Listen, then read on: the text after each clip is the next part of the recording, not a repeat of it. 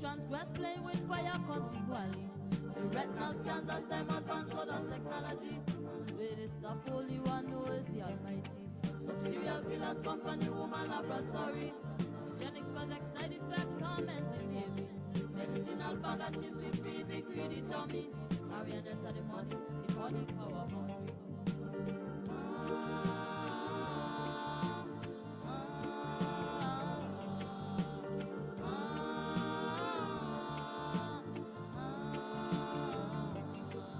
Humanity been treading it less already.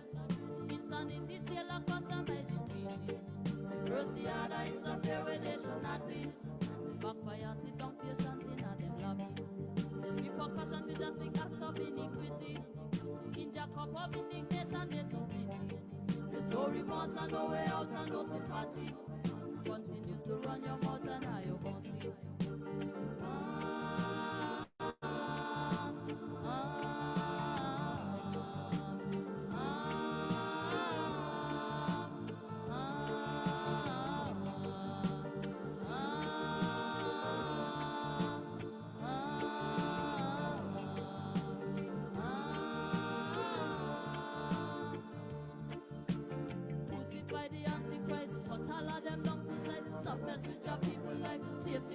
Money-wise, you itching to be destructive. Never have nothing good to give. Blatant with your negative. Pull away, pull floating. Wickedly inquisitive. My life is your prerogative. No need to be instructive. Don't try tell me how to live. Their vision is so distorted. Their mission was interrupted. Curtain coming down on them. You don't get your moment of fame.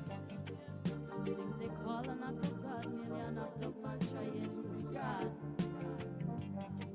Set up that anti-life of illusion and invited the whole world to them yard. Subliminal messages intruding so rude when invading the thoughts. Them one go silence the lamp, but the lamp protected by thy hand.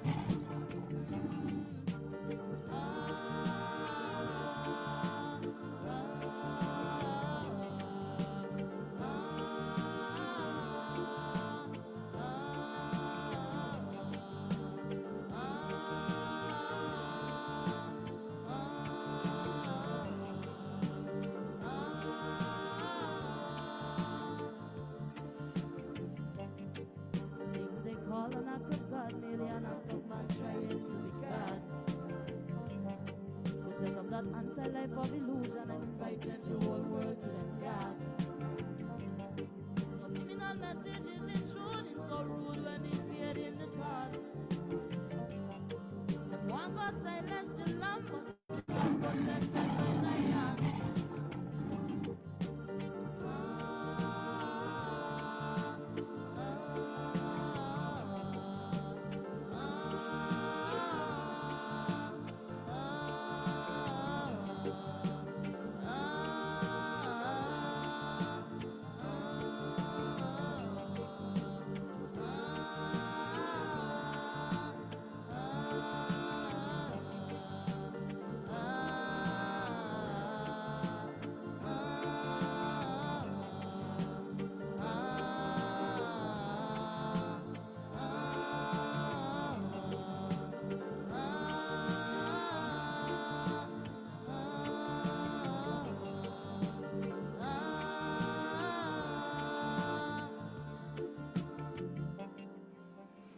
That's right.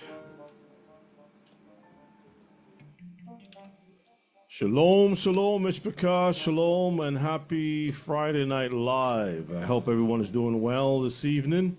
Shalom, Brother O'Shea. Shalom, family. Shalom, Rabbi. Shalom, shalom. We are here live and kicking, giving our praises and glory unto our King, our Heavenly Father, for his loving kindness and his tender mercies, for blessing us through the hours of the day, and thanking him for another night of study that we can get together and share what's out there in this world, especially for our youth. You know, clothing is something so big. Everybody wants to have a label. They call it a brand on them, a tag. It has become the tags itself, the labels has become fashionable in itself. And I remember as a child growing up in school, there was competition between brands. If you had a Jordache jeans, you were in because that was the latest thing. And if you had one of them Levi's or Lee jeans, you know. Yeah. And then after a while, they came out with the torn up in a knee type of jeans, and that was like $50+ And you know, the children knew what the price was for certain things, clothing. So fashion definitely has influence on our youth. And one of the things that we'll be looking at is how the music industry actually helps to work along with fashion. The music promotes the fashion promotes the music. They all work together. Hand in hand. And there's just so much wickedness that's out there. Now, there's so much material, Brother Shea is telling me. I got a lot of stuff, and just looking at some other things, I think we may end up having an extra class on this alone. And it's important because you might find an article that gives you just a little piece here, which is important for that puzzle. Then another one will give you another piece that helps to connect. And then by the time you're done, you have a full picture of what's happening out there and how Satan is truly the God of this world, in the sense of when he said to our Messiah, all these things will I give to you if you bow down and worship me. And it makes a lot of sense. So we have to safeguard our children. A lot of our old heads, we as old heads, the gray beards and gray heads, I know some of y'all be looking like, what is he talking about? He ain't talking about me. You know, yeah, you put dye in your head, right? Okay. You do so and so to yourself, right? You try to combat, reverse the sunset. Let your soul glow. No. Leave that for yesterday. You stuck in that high pitch. No, I was talking about the soul glow. Yeah, but hey, they're gonna look at yesterday's class, hear the soul glow, put it together and say, uh-oh. So happy Friday Night Live to each and every one of you. Those of you who have been on the plantation, I pray that your week has been all right, that the Most High has blessed and strengthened you. Hope your families are doing well. And so we want to say shalom to the Mishpachah worldwide down in the Caribbean, shalom. The Mishpachah down in South and Central America, shalom to you. Right here in these divided states of America, shalom. Across the border in Canada, shalom. In the UK, shalom to each and every one of you. And all throughout Africa, shalom. In Europe, the Middle East, the Far East, and every island of the sea, we greet you all by saying shalom and happy Friday Night Live. We're going to get started with a word of prayer. And Elder is not with us this live right now. I'm sure he's probably listening somewhere. Yeah. But Elder is taking a break, right? And so, yes, he's taking a break until next time. So I'm going to do a word of prayer. Hallelujah. Let's pray. Baruch atah Yuwa Eloheinu melech haolam asher natan lanu et derech haYeshua b'Mashiach Yeshua. Blessed are you, you are Elohim, King of the universe, who has given us the way of salvation in Yeshua HaMashiach. Abba, we give all praise and glory unto you, thanking you for your love and your mercy, which endures forever. We want to thank you, Father, for sparing our lives through the hours of the day. And we ask in you, as we all gather together, for those who are coming, that we will all prepare ourselves, our hearts and minds to receive your word. Open the mouth of Brother Shea, his mind, his thoughts, and give him the ability to speak your words. Help him to be able to broadcast the things that our people, especially our youth, need to learn and understand. Help us as parents, all of us, that we can be able to guide our homes well, that the husbands may lead the charge, the wives may support, the children will fall in line, and that we as Israel will continue on until we reach Zion. Bless each and every one of us. The prayer team, remember them for keeping the lights burning, the fire burning, and fighting the good fight throughout the week. Bless and keep them likewise. And Father, I pray that you also help my lips to speak to help Brother O'Shea as he do tonight's class. Thank you for your loving kindness and your tender mercies. In Yeshua's name we pray. In Yeshua's name, amen. Hallelujah. Hallelujah. All right, Mishpachah, so get yourself together. I hope the little lights are here with us. And I know the struggle Struggle is real. that parents tend to face because we were all children too. And we know the kind of hell or the troubles we put our parents through. They were always concerned and watching out for our well-being, and sometimes we don't understand it. And I would say to the young people listening right now, you have a point in making your argument because you're young and you don't understand. That is in your head. Your point make a lot of sense because it's in your head. But there comes a point in time in your life that you're going to grow up and you're going to want to have a family, and you're going to realize the things that we're telling you today, you should have heeded yesterday. Oh, yes. You should have taken an account. So in every generation, Mishpachah, there's always a change. And looking at this screen, you got to shake your head. Now, we are all exposed to fashion and fashion designs. We don't have the time as we should and resources to design things for ourselves, like based on your taste. Like I have people asking me, sisters and brothers ask me for catalogs of music, and I always tell them, you know what, I don't know what your tastes are. You may like jazz, you might be a kind of a person that's like laid back, and based on your work environment, you may want some jazz or some classic contemporary music. I don't know. Everybody have different tastes. I'm more eclectic. I listen to different things. One of the reasons why I tend to lean a little bit more on reggae, not just because of culture, but because of the message of they're always giving some scripture in it, right? Now, of course, with reggae, there's some issues with Selassie this and Selassie that. So I push that to the side and I keep it moving. But it's not easy to give people the best results because everybody got different tastes and we all want to look good, right? Some people know how to be frugal, how to keep their monies in check, conservative, and they can go to Walmart and get a nice looking wardrobe because they can put things together, match, and you'll be like, oh, I didn't know that was from Walmart because they look good. Some people, no matter what they put on, they don't look right.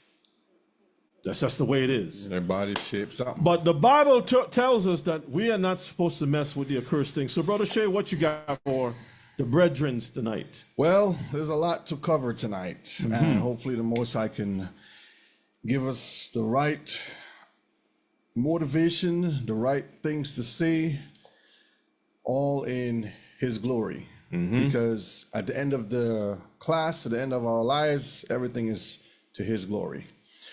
So tonight we're going to look at the clothing. We talked about in previous classes, like you've done and I've done, we talked about clothes of what we should be wearing and things like that. And we would like to always update our people because things change. Yes, that's right.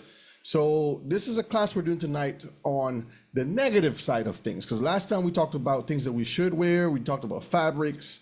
Now we're going to talk about the things that the Most High is cringing upon because of how our enemy is crafty in doing so. So the accursed thing, and you can see on the screen right here, you have two individuals who are considered models, and I want to look into the whole Paris and France theme, why it's there, and if there's something about that. Because the way how they have these buildings over there. Yeah. And we talked about where the designers get their influence from different feng shui, different spirits. Angels, yeah. So the same thing with the clothing design that we're going to get into. So the question is, are you wearing the devil's garments, or are you branded by the devil? And you can see black and white is a Masonic color, basically. They got the white guy or the so-called white probably Asian mix or whatever, wearing black. This is a guy dressing like a woman. You can see that it's a feminine type of feel, vibe, you know, spirit on this designer and also this male model. And then this, I believe this is a woman. Yes, this is a woman. You can tell by her hands, the way her hands are, you can tell that that's definitely a woman, right? She's a thin-built woman, but then again, she looks like it's an angel's wings versus the other guy. I mean, the guy. But if you look at their faces, they have the satanic symbol of the fingers that they have up, and that represents the 666. And there's a lot more that goes behind of that with hand signals and stuff like that. But the question is, are you wearing the devil's garments, or are you branded by the devil and his confederacy? Joshua 7 and 11, and we're going to get into that.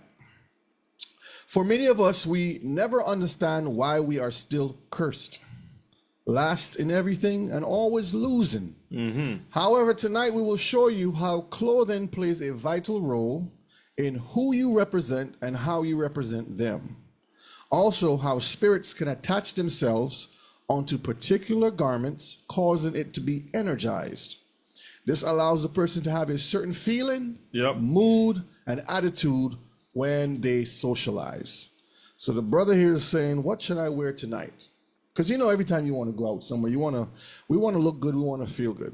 Or I should say, you want to be comfortable. And you know what, even with perfumes, like when our people were in the world, and you were in the so-called dating scene, you know a certain type of dress for whatever occasion, or certain type of cologne or perfume you put on based on that occasion. You study the art of attractiveness and things of that nature, right?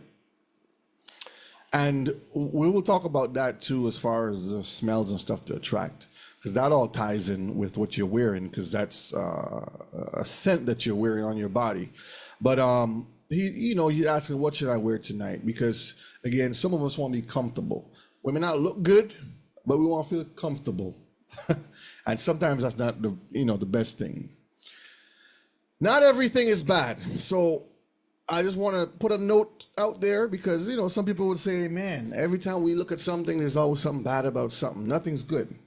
But not everything is bad. We are just highlighting how the enemy uses and hides his wickedness in the things we use, okay? So again, we want to warn our people. Proverbs 16:21. The wise in heart shall be called prudent, and the sweetness of the lips increaseth learning. Now I put this particular one here so we could just look at the word prudent. So let me pull this up to the side here and look at the word prudent. And it's just to kind of give us a little idea on what we're referring to. So read that here. Understanding, consider, prudent, perceive, regard, discern, instruct. So when you look into it, we have to have a spirit of discernment, be able to perceive when we see something, to have that understanding, that mindset to distinguish what's right from what's wrong. Because today, what the enemy does is he blurs the lines in everything that we have.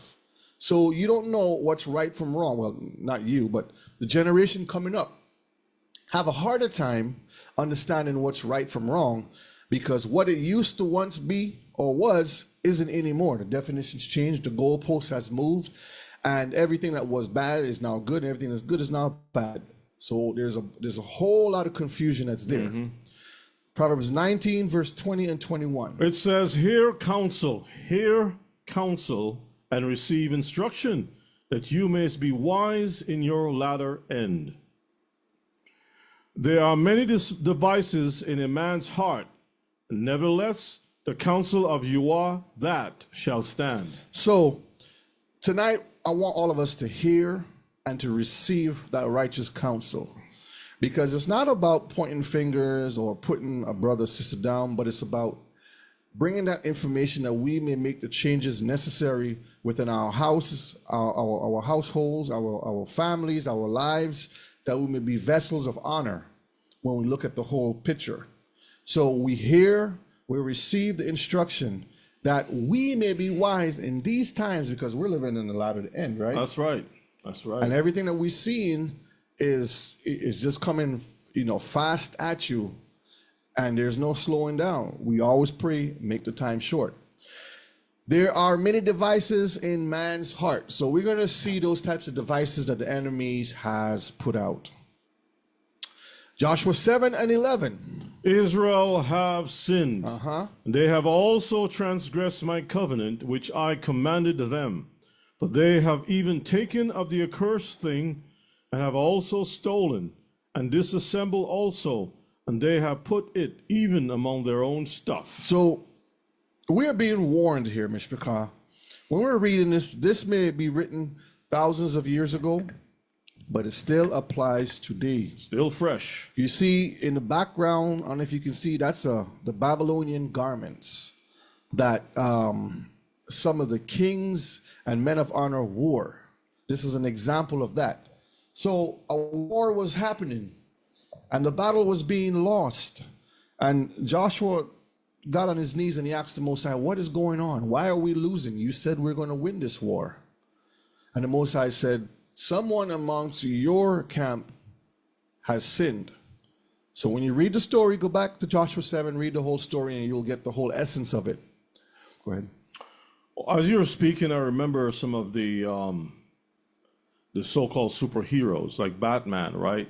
For him to have the spirit of being fearless, he donned the suit of a bat to kind of mimic vampires and things that make people afraid in the night. That spirit, he put on a certain spirit on him that he can be able to have results. Same thing with Thor, Wonder Woman, okay, all these different people, they put on certain things that attract certain types of spirits on them, and this is what we're talking about today.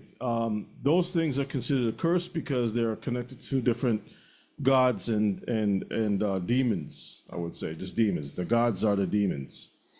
So the Most High told him, Israel have sinned. There is someone amongst you that did not obey my law, statutes, and commandments. They have transgressed against the law, statutes, and commandments. They have taken the accursed thing. And we're going to look into see what the accursed thing is. So why are we discussing this tonight? Well, let's cover a few reasons. One, we are instructed to be set apart from all other peoples. Is that true? Absolutely. In the chat, if you believe that's true, put a 1. Do you believe that we are called to be set apart from all other nations? Or are we supposed to mingle and be like their other nations? So put a 1 if we are supposed to be set apart, put 2 if we're supposed to mingle. Everybody's putting 1. Okay. We are instructed to not practice anything they practice. Is that true? Put a 1 if that's true, put a 2 if that's false. And it depends. We don't want to be we don't want to be extreme, right? If the people brush their teeth, doesn't mean to say we shouldn't brush our teeth either. Okay? Yeah, we're not referring to that. Yeah, we brush our teeth, you know what I mean? We fix our hair and so forth, you know. But there are certain things that definitely is anti-Messiah, anti-Torah. And those are the things we have to keep in mind. We are also instructed to teach our children and our people the things that they do against us, okay? We are instructed to warn our people when we see the signs. So when I see something or another brother or sister sees something, we are supposed to warn each other. Not just keep the information to ourselves and be like, oh, well, because we don't know what trap or snare the enemy has right there that can affect you, your household, or your children. Yeah. So when you see something, we have to alarm it and see what it is. So let's look at it. Instructed to be set apart. We're going to cover a couple things. Exodus 13:12, Deuteronomy 14:2, and 1 Peter 2 and verse 9. Is it 12 or 2? Sanctify unto me all the firstborn, whatsoever openeth the womb among the children of Israel, both man and of beast. So it is mine.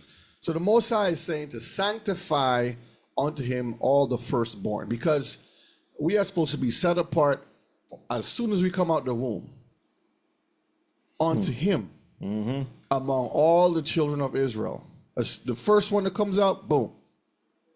Continue. Deuteronomy 14:2. For you are the holy people unto Yahuwah your Elohim. And Yahuwah have chosen you to be a peculiar people unto himself above all the nations that are upon the earth. So that is simple to understand, Mishpika. We are supposed to be a holy people. Holy means what? Set apart. Set apart. Okay? Chosen to be a peculiar people unto himself. So That's it's not right. like I chose this or something. He is the one that selected and says, I'm going to have you as my favorite. Peculiar again means what? Weird. Strange. Strange. Different. Different compared to every other nation out there. And you know what? I really enjoy that. I'm actually excited. Whenever I read this, I'm like, man, I'm special. Above all nations that are upon the face of the earth. Continue. 1 Peter 2:9. It says that you should show forth the praises of him who have called you. No, read it again. But Okay. But you are a chosen generation, a royal priesthood, and holy nation, a peculiar people, that you should show forth the praises of him who have called you out of darkness into his marvelous light. Hallelujah. hold on, camera went off. Hold on one second. Camera got jiggled. Okay, there it is. There we go. So we again are a chosen generation, a royal priesthood. Royal priesthood. When you look at royalty, there are so many different things that are required as far as royalty is concerned. We can't just say that we are royal and not act the part or be the part. You know what I'm saying? Mm-hmm. So when you look at what the world calls royalty today, they're not on the streets hanging around with bums. They have their own lifestyle that they live in, their own people that they walk with. They have their own security to be separated away from the normal people. So if we consider ourselves holy, why don't we act holy and royal? That's right. Okay. Now we're going to look at instructed to not practice. Deuteronomy 18:9, Jeremiah 10:2, and Exodus 23:2. When you are come into the land which Yahuwah your Elohim giveth you, you shall not learn to do after the abominations of those nations. That's simple, Mishpachah. A lot of times we come into, especially like this country here that we call America. Some of us come from different backgrounds, and we come here, and as soon as we get here, it's like we like, woo! You start dressing the way they dress, eating the foods they eat, the music, everything. There's a whole transformation. He's like, who are you? So the Most High is saying, when we get the understanding that we have, when we are awakened, don't be like the other nations. Don't learn what they do. He calls it abomination. Go ahead. Jeremiah chapter 10, verses 2. Thus saith Yahuwah, learn not the way of the heathen, and be not dismayed at the signs of heaven, for the heathen are dismayed at them. Now, let me say something real quick on that in regards to the context of what we're discussing tonight. Most of the clothing that we're going to be looking at, there's a spiritual component which is connected to angels. And sometimes angels are numbered among the stars in the sense of how the occult deals with things. They look at the stars as angels likewise, right? This is why in many cases people in the old days used to refer to actors as movie stars. Stars, yeah. Movie stars, because it all connect back to luminaries up there in heavens, right? So be not dismayed at the signs of heaven. Your Hollywood, your glamour, all these things, right? The way that they dress. For the heathen are dismayed at them. Wow, look at that. Look, did you see what what's her name? Angelina Jolie, or whatever her name is, Brad Pitt. Oh, you see how Denzel dressed? And well, Denzel's not really into a lot of stuff, but who knows? But do you see how certain people dress? And as a young again, this class is mainly for the young ones, right? You see these, you watch these award shows, and then the next time you go to school, you try to mimic that, you try to dress like that, you try to put on and don the same. Because that's trending, that's the fashion. You know, that's, like they say, that's what's dripping right now. Exodus 23 and verse 2. You shall not follow a multitude to do evil, neither shall you speak in a cause to decline after many to wrest judgment. And this ties in with the clothing still, because you can connect this in so many different ways, because the way you carry yourself also tells you who you're following. So if you're going to follow this multitude that's going down to damnation, who's following you? Because if you're going to be buying the clothing for your children, you're leading them down the path of unrighteousness. Or if you're going to purchase the clothes for yourself, your siblings, or whoever it is. So all of these things, we cannot practice or learn the ways that the things that they do. We have to separate ourselves. We are instructed to teach Deuteronomy 6 and 7, Proverbs 22 and 6, and Ecclesiasticus or Sirach 45:17. And you shall teach them diligently unto your children, and shall talk of them when you sittest in your house, and when you walkest by the way, and when you liest down, and when you risest up. Proverbs 22 and 6, train up a child in the way he should go, and when he is old, he will not depart from it. Hallelujah. Sirach 45 and 17, he gave unto him his commandments and authority in the statutes of judgments, that he should teach Jacob the testimonies and inform Israel in his laws. So, Mishpachah, we are supposed to teach our children every moment. Tonight, this is what we're doing. We're teaching our people. We're teaching them, warning them of the different dangers that are out there. So the young ones that are looking, or even some of us that are maybe older that may not have this information or understanding, we can all learn from this to change our ways, change the things that we have, and separate ourselves from these systems.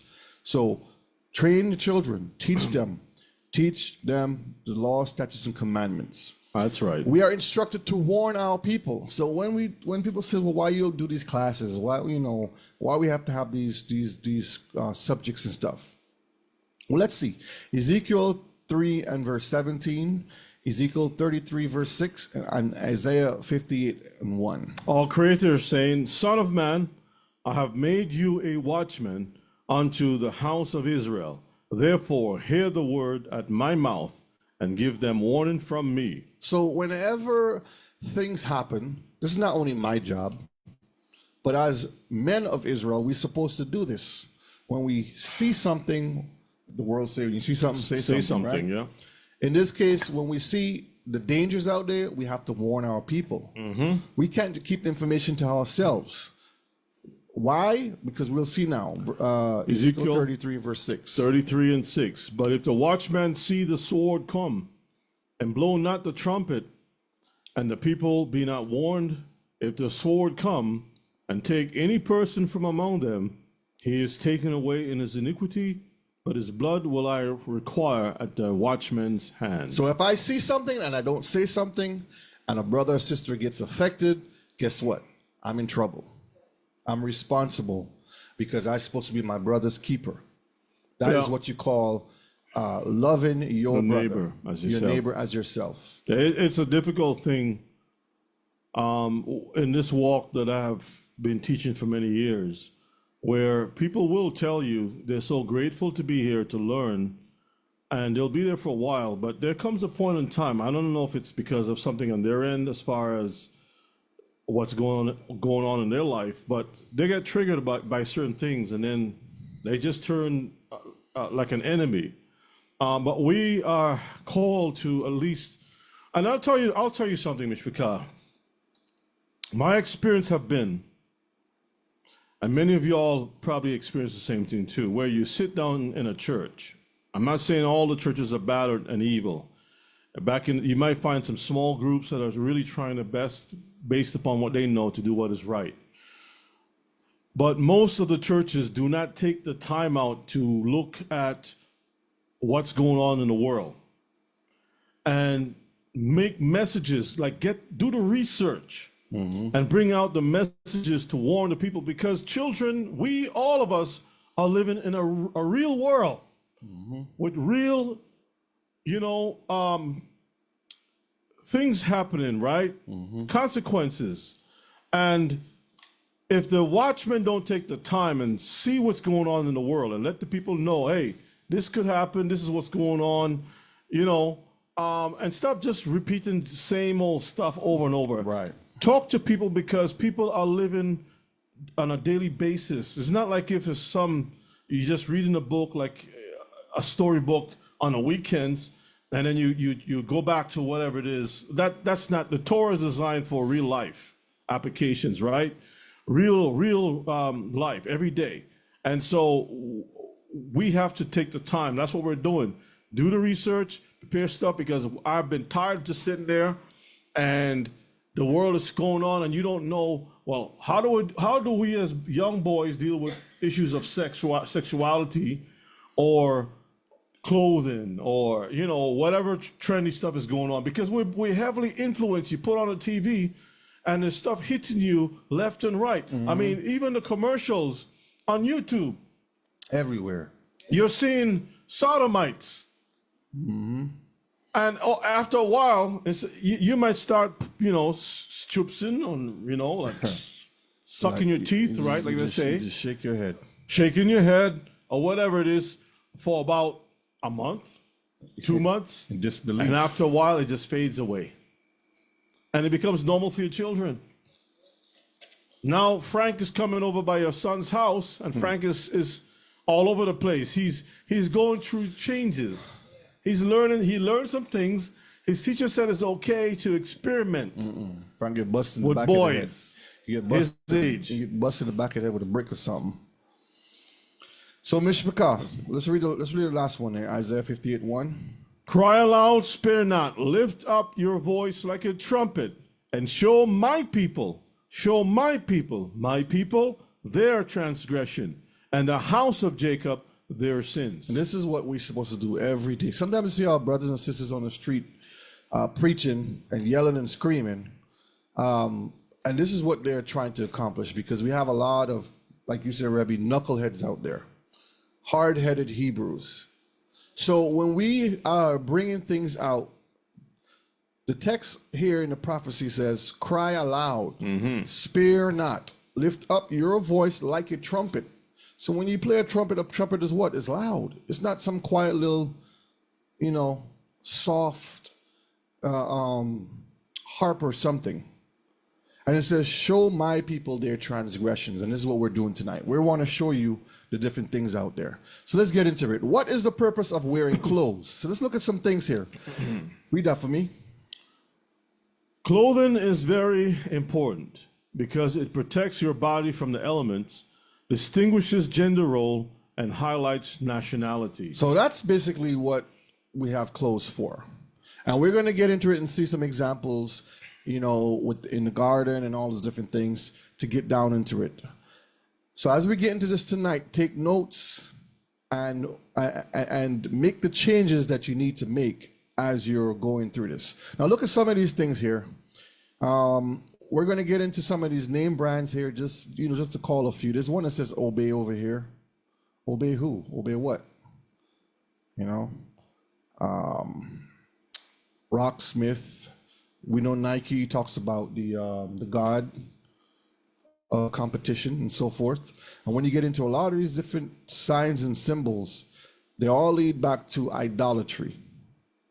But that's another that class, Obey though. looks like what's his name? The Beast. They call him the Beast. Not Charles Manson. Forgot his name. When you do the research on that, it's from a wrestler that they got the face, but it's talking about rebellion. Obey whatever That you right want. there? Yes. Okay. When you look at it.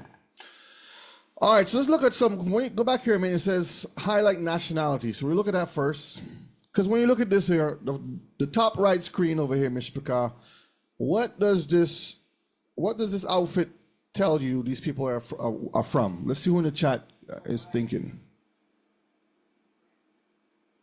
Where do you think these people reside? Hawaii. Okay, that's correct. One of the little islands out there. How about down here to the lower left? China, Asia. This is a Chinese traditional outfit here. And when you go through a lot of the Asian families, it's similar to what they're wearing right here. In the middle here, It's more like Nigeria, West Africa. one of the African countries. You can see how they're dressed, right? Down here, let me see who can guess this one.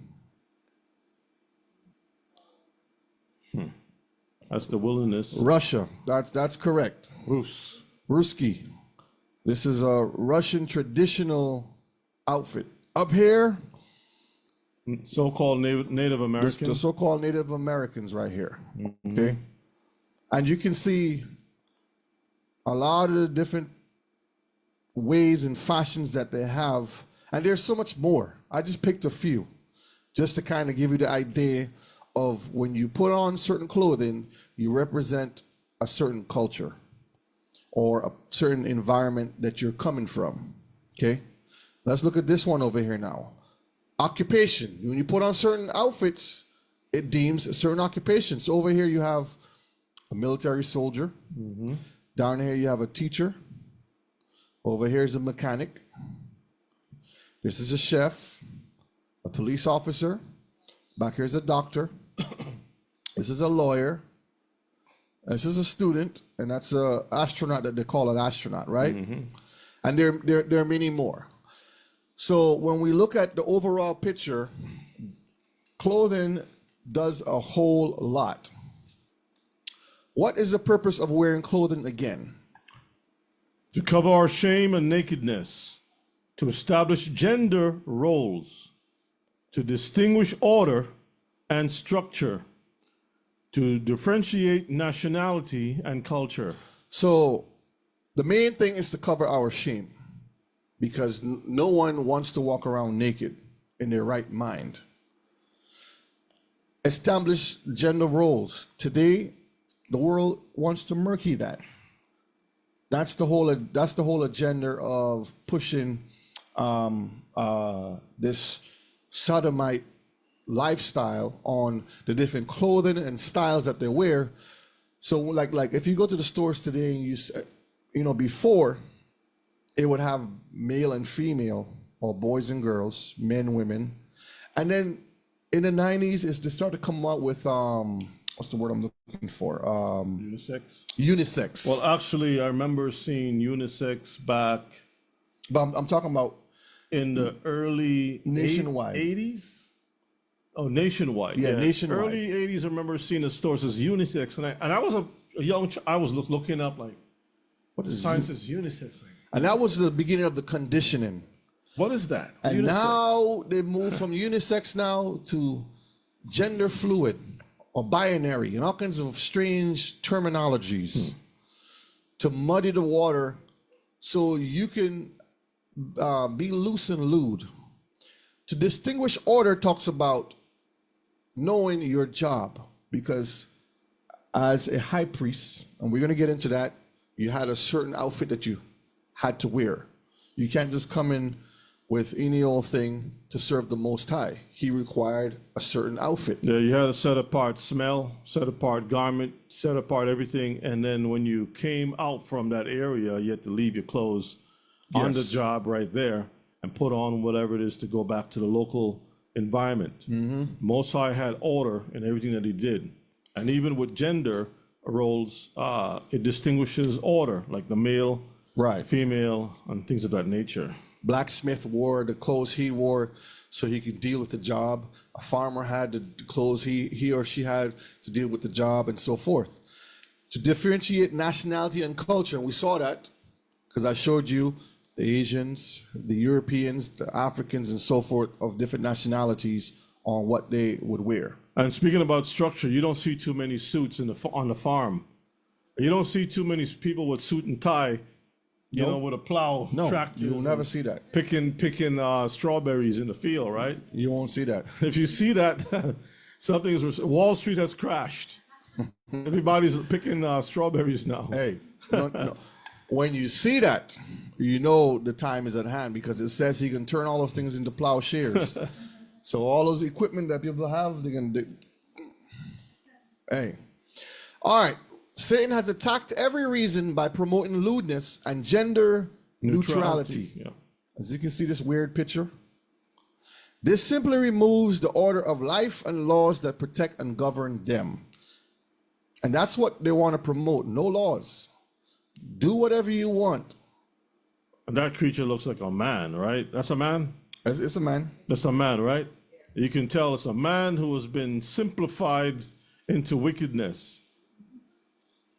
That article I sent you. Yes, I'm gonna pull that up now. Okay. So let's pull that first one up. Nonsense. That's a man. Look at that thing.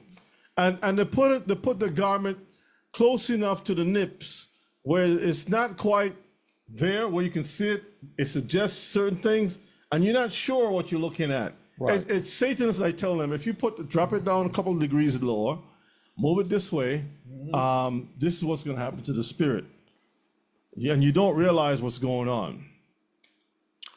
So this is an article called Occult Dress, right? Dealing with the occult. And I'm just going to pull out, for time's sake, a couple of things here, the highlighted part. Occult dress is used when participating in magic rites, rituals, or ceremonies. Western occult dress has three primary functions.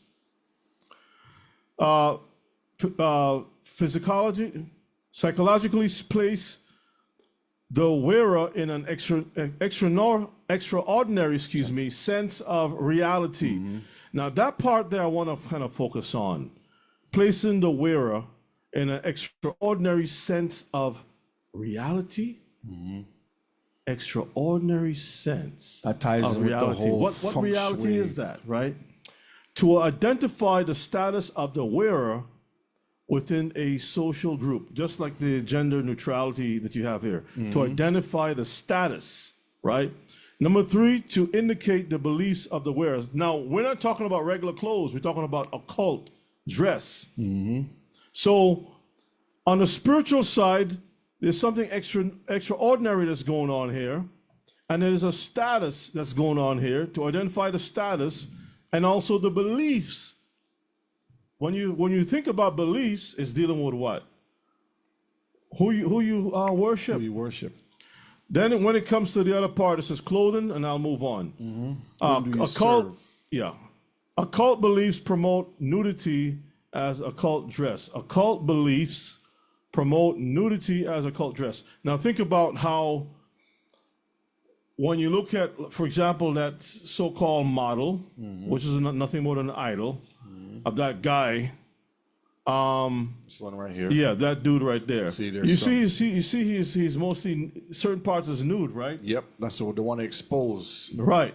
So that pulls you, in the mind's eye, it pulls you into that occultic mindset where they want you to be, right? It says, because clothing is believed to impede the flow of magical energies. Now, this makes a lot of sense when the Most High said to Adam, first thing Adam and Eve did when they found out that they were contaminated, right, or compromised, they sewed together fig leaves, right, and covered themselves. And then what the Most High did was went a step further. And putting skins on their bodies, right? Stronger and better. Right. And the reason why he did that is because they're being exposed to the spiritual realm. Yes. Okay? Demonic realm. First thing that he did, he put that out. Because if let's be real. If nothing happened, then why would he have to do that? Exactly. If it was nothing happened, I mean, it was just husband and wife. Who else was there? Why would he want to do that? Right? And why didn't he come to them when the Bible says, and Adam knew his wife and they had a child called Cain, right? The Most High could have come down and says, okay, now, you're going to have a son, you have a child, put some clothes on. Yeah. So before they even got kicked out of the garden, brethren. So that means to say that this thing here is telling us something important. Clothing is believed to impede the flow of magical energy. So it says through the body, from the surrounding environment. So are we been under attack? Are we getting a lot of what do you call it, demonic forces that are attacking us? Yes, brothers and sisters, every single day, every moment. So the Most High was trying to protect us from these things. And you can leave the rest for another time. Okay, let's go here, because you were just talking about that. Let's read that and see. The book of Genesis, chapter 3 and 7. And the eyes of them both were open, and they knew that they were naked. And they sewed fig leaves together and made themselves aprons. Verses 21. Unto Adam also and to his wife did you make coats of skins and clothe them. So exactly what you just said a while ago with the comparison of material. Because why did they straight away clothe themselves? It's just them two. Who are they afraid of? So these questions you ask, the answers will be found. But that will go into another side of the class. So the Most High gave them coats of skin and clothed them for this particular reason, to protect them, okay? Not only from the elements, but to protect them spiritually from infestation. Because when you go down later on and you see, when you read through Genesis chapter 6, chapter 5 and 6, and then later on we go into Joshua and stuff, and Jubilees, you see how the fallen angels and stuff were attracted and did a lot of different things, okay? So this is very important when it comes to covering yourself up, okay? Deuteronomy 22 and verse 5. The woman shall not wear that which pertaineth unto a man, neither shall a man put on a woman's garment. For all that do so are abomination unto Yahweh your Elohim. So look at this right here. This right here once was a man that turned to be a woman.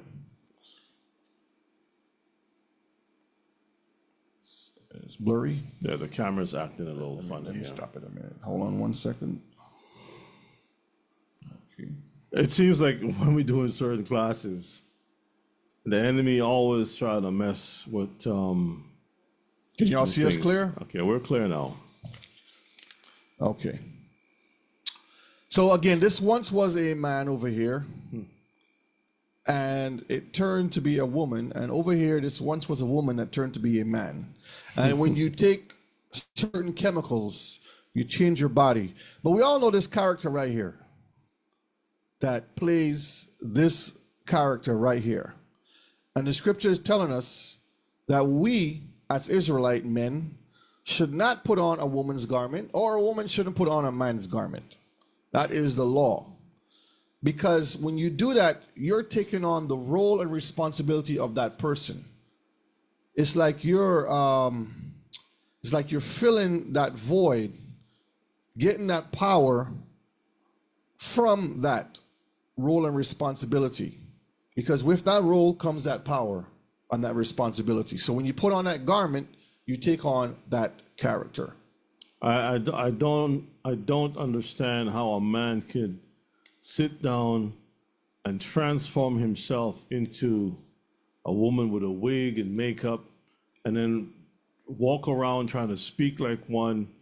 And it's not like if this is like a one-time deal. This is like this is normal. You got to practice. And remember, you did the class and you showed about the spirit with the actors and stuff from what's his name again? Forgot his name. From Keith Ledger. That one with the Joker? No, not him. The guy he says as an actor, forgot his name. He acted in Crash, the movie Crash. Right, the actor. Okay. Remember him? And he put on. He was talking about when you act certain roles, that spirit stays on you and it continues. Terrence, Terrence, yeah. Thank you, Sister Howard. Yes, and it transforms you. And sometimes that person will really think that they are that individual, whatever spirit that they're trying to portray. When you get a chance, Mr. McCall, go Google or go to YouTube and look at the Joker, the guy who played the Joker, and they tell you the story of what happened to him. He stayed in the hotel for, I think, 3 months, away from everyone, just practicing that role. And when he came out, he could not leave that spirit. He was in that role, and he ended up taking his life. Clothing that we wear not only plays a part with the role we play, but defines the character, like we were saying, okay, in a way which separates them from the normal. So when you look at this firefighter here, he has to put on this outfit to go into the fire, because without this outfit, he cannot battle or fight the fire. He will be burned. So certain things he has to put on that is designed for that job. Mm-hmm. Yep. Let's look at this here. You was talking about Superman, right? Yeah. Superman's suit, Batman's mask and cape, the Black Panther's suit, all designed to support their job and accomplish their mission. So when you look at these guys here, they try to hide their identity. So like having a dual personality. 1 minute you got the glasses on. Let me see. I'm Clark Kent today. Mm-hmm. So you don't notice it. I take the glasses off. Ooh, who's that? So little things like that, people try to define the character. And that changes the whole perception. Now let's get into some things here now. Even the priest of the Most High has special clothing that is required to be worn during service. Exodus 35:19 and Ezekiel 42:14. The cloths of the service to do service in the holy place, the garments for Aaron the priest, and the garments of his sons to minister in the priest's office. Ezekiel 42:14. When the priests enter therein, then shall they not go out of the holy place into the other court. But there they shall lay their garments therein, wherein they minister, for they are holy, and shall put on other garments, and shall approach to those things which are for the people. So you can't wear what's holy among normal people, because you will be contaminated. That's basically what the Most High is saying. I want you to put on this specific garment, these specific things that are going to represent you and I together in doing this service. And then once you step away from that office, you take off those garments, those clothing, you put it aside, you put on normal clothing, and then you address the people. Mm-hmm. And you take care of normal business. Mm-hmm. Because now you're not mixing or contaminating, because we're going to see certain things have certain energies and certain powers that still attach themselves to it. When we say power, we're talking about the spirit behind of it. So it's not like you watching a cartoon and like you just zap something. That's how the world perceives it. But there's a spirit behind every single thing that we have. And speaking about changing of garments, even when I was growing up, a lot of times you would never see your parents with the underwear on. Mm-mm. You would see mommy with her, bra, whatever. She'll be in the room. When she comes out, she's fully clothed. Yep. And so, we set apart. We had boundaries and lines drawn, according to the way of the Most High. That's right. So what makes it accursed? So we're going to look at some things tonight and learn why we have this class tonight. Now, before I read this here, look up to the top. You see those little symbols right there? Just remember that, because some of those things are on clothing. You don't even realize it, Mishpachah. Mm-hmm. Those are harboring spirits. We're going to talk about that. I've even seen some Hebrews have this dream catcher in their cars and stuff. And all you're doing is harboring spirits. That's what you call a doorway or a portal for a demon to come through and visit you. While you're right there driving, you have other spirits, other passengers with you, and you're not aware of it. These are objects to which demons cling. Let me read it again. These are objects to which demons cling. That is, anything used in the worship of the devil, Satan, or in serving Satan is a legal ground for demons. So what we're talking about is familiar objects. Familiar objects are where spirits are attached to that particular object, energizing it and giving it a purpose as a, how should I say, as a place to actually come and dwell. Okay? I'm trying to find the right word here. So it's like a landing zone, a safe, I don't want to say safe, but a place where they can come and dwell, and then they can transfer that energy into you. And now things are looking different around you. In other words, demons have a legal right to cling onto or use such objects. Let's explore a few scriptures that provide more insight into this. So we're going to look at some things here.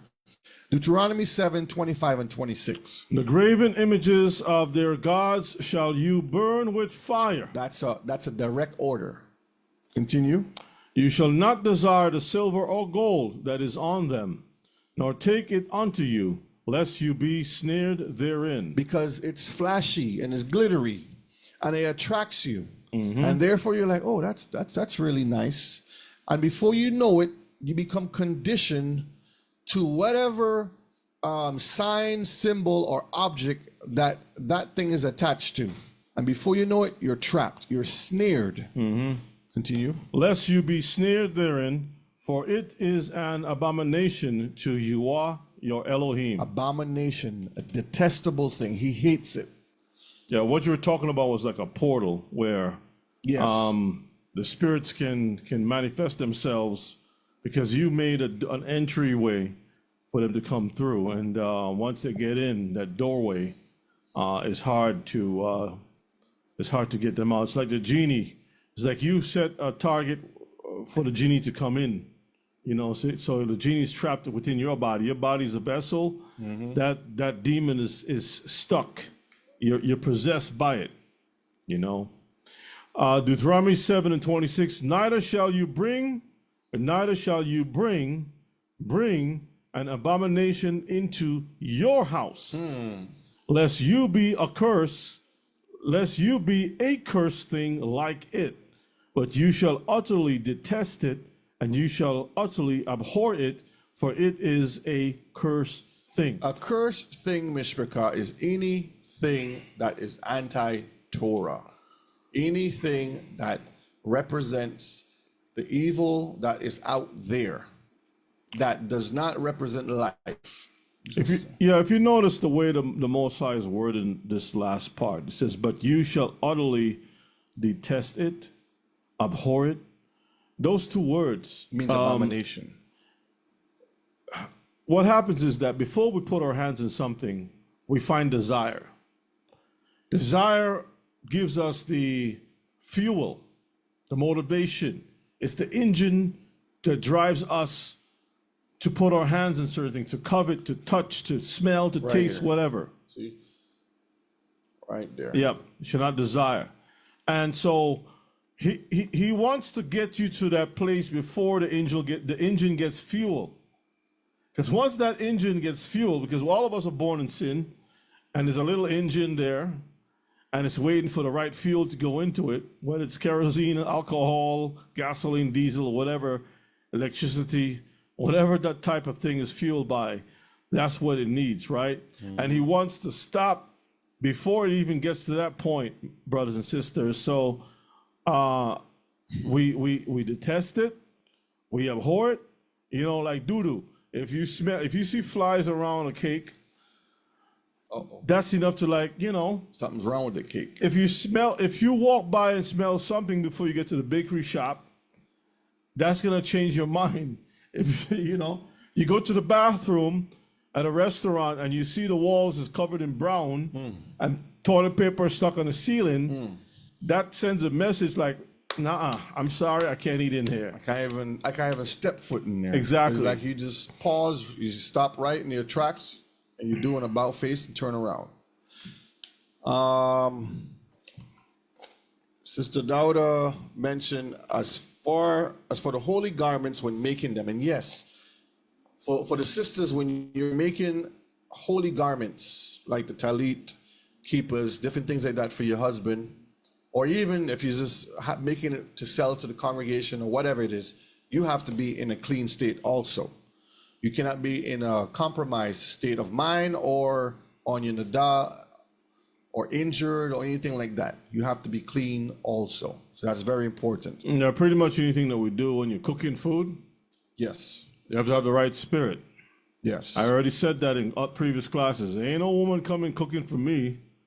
You're cooking, whoever's cooking, you gotta make sure you're in the right spirit because that spirit goes into the meal. It goes into anything. If you are not in the right mind frame spirit, it will affect the rest of the mood around you.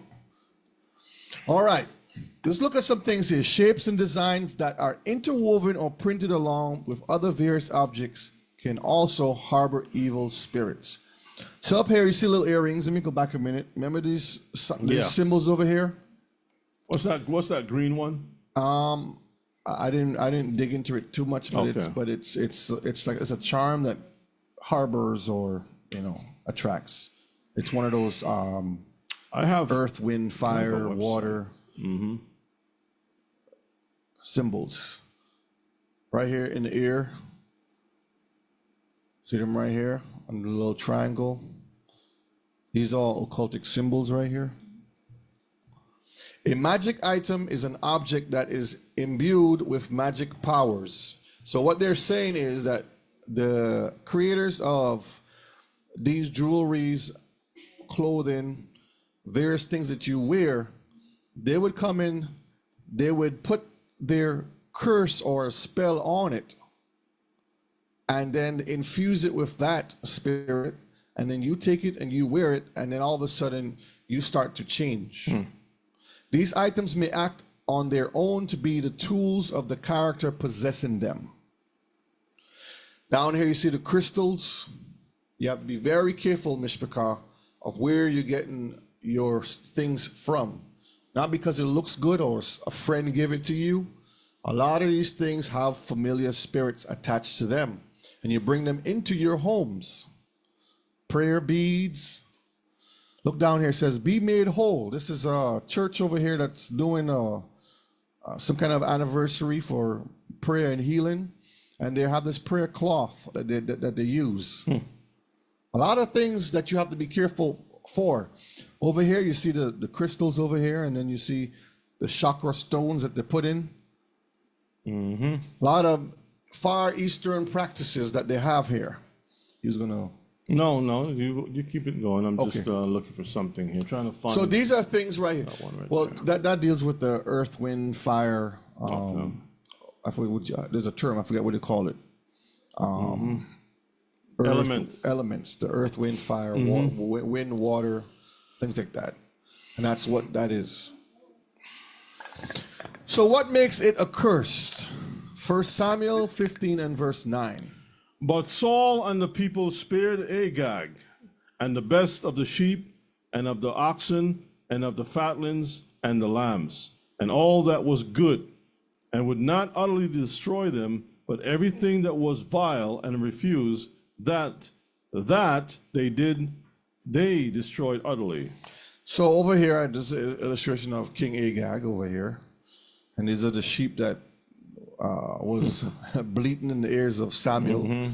Samuel came by, he's like, what is all this bleating I hear? And, Saul is like, Kind of like you remind me of Moses when he came down the mountain. What's all this music that I'm hearing? And Joshua was like, there's war. Moses says, there ain't no war. They're down there having jam session. Yeah. So the Most High give instructions for a reason. The other nations serve other gods. The other gods are attached to demons. And when you have these familiar objects that these spirits attach themselves to, and you take a hold of them, those spirits come to you. So who are you serving? Are you serving the Most High, or are you serving Satan? Because the Most High is telling you to stay away from these things. Why are you in possession of these things? Okay. Can clothing emit or hold in energy? Let's look at this here. This is very interesting. Exodus 34, 33, and 34. Until Moses had done speaking with them, he put a veil on his face. Now, he just came from speaking with the Most High. And the presence of the Most High is basically on him. It says it shone on him. So it was like bright. So as he's seeing the Most High, they're seeing him. Or I should say he's seeing Yeshua, they're seeing him. And he put a veil on his face just to protect, because it was too bright and too powerful. Continue. But when Moses went in before Yahweh to speak with him, he took the veil off until he came out. And he came out and spake unto the children of Israel that which he was commanded. So Moses had to put this veil on. Do you think that veil had power, Mishpachah, attached to it? Think about that for a minute. 2 Kings 13 and 21. Can anything hold power? That's the question I want to ask. Can anything hold power? 2 Kings 13, 21. And it came to pass, as they were burying a man, that behold, they spied a band of men, and they cast the man into the sepulchre of Elisha. And when the man was let down and touched the bones of Elisha, he revived and stood up on his feet. So just by the man that was dead, that fell into that grave, and his dead body touched the bones of a righteous prophet, immediately he came back to life. So that tells me that sometimes, even on the righteous side, the power of the Most High is still attached to certain things. That's why the body of Moses is hidden. The body of a lot of the prophets are hidden for this reason. When you watch certain movies that talk about trying to find the Ark of the Covenant, trying to find all these different things that the Most High has hidden from them, because there is power still attached to these things, Mishpachah. Okay? Now let's look at something here. Joshua 7.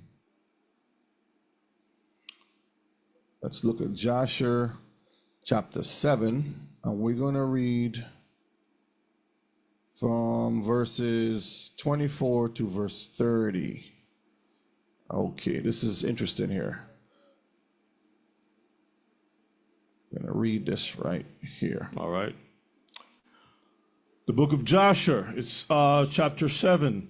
And the garments of skin which Elohim made for Adam and his wife when they went out of the garden were given to Cush. For after the death of Adam and his wife, the garments were given to Enoch, the son of Jared. And when Enoch was taken up to Elohim, he gave them to Methuselah, his son.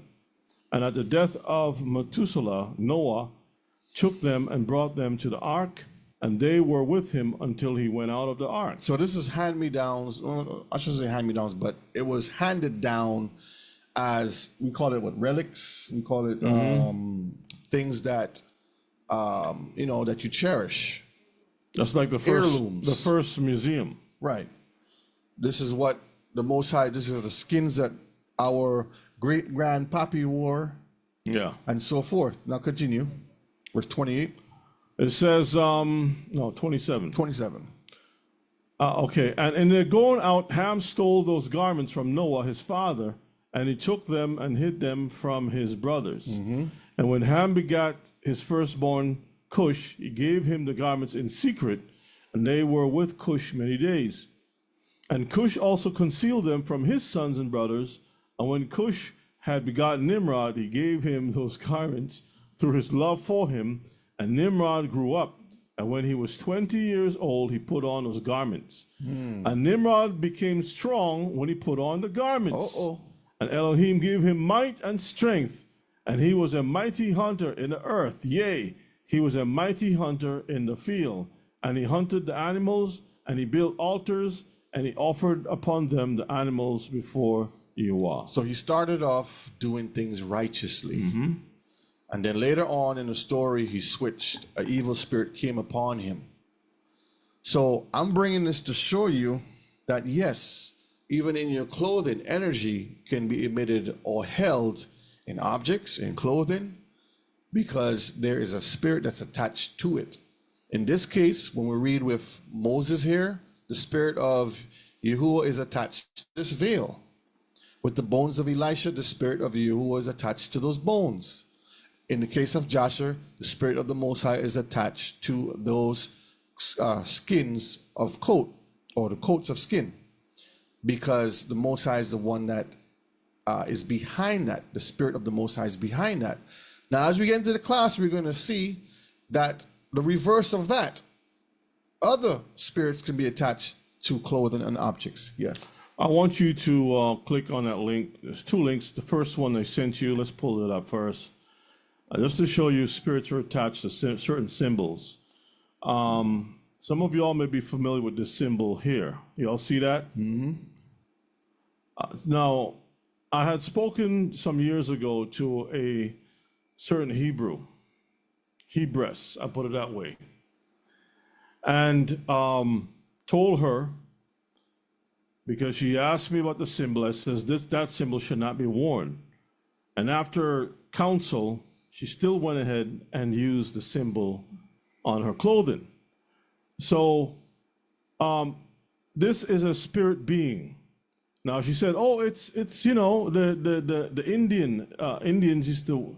I said, do you realize that a lot of things that's out there, just because it says Indian or whatever the case may be, that you should just put things on just because?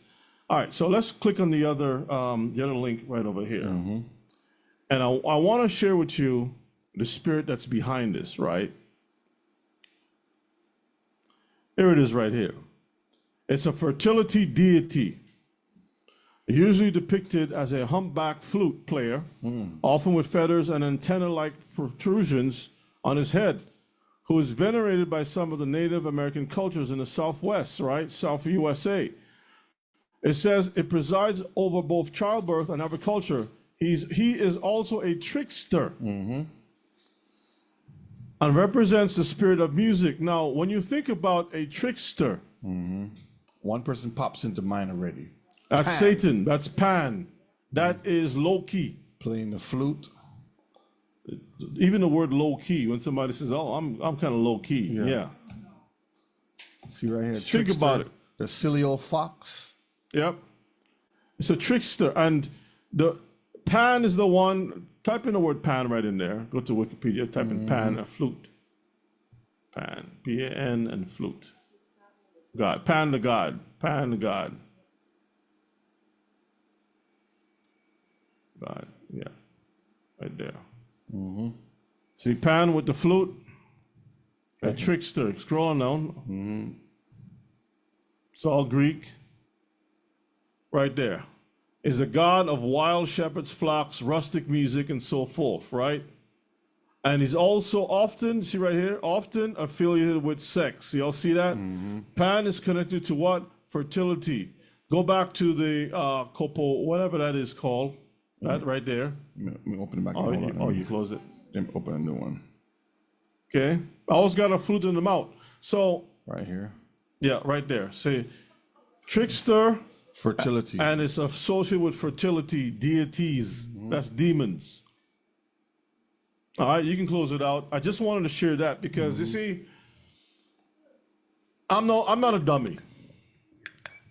And like I said before, I have done enough research to have a master key of understanding when it comes to a lot of these things. So when I counsel people, the Bible says in dealing with the Levi, when Levi or the priest counsel you and you don't take it, is death to your behind. That's right.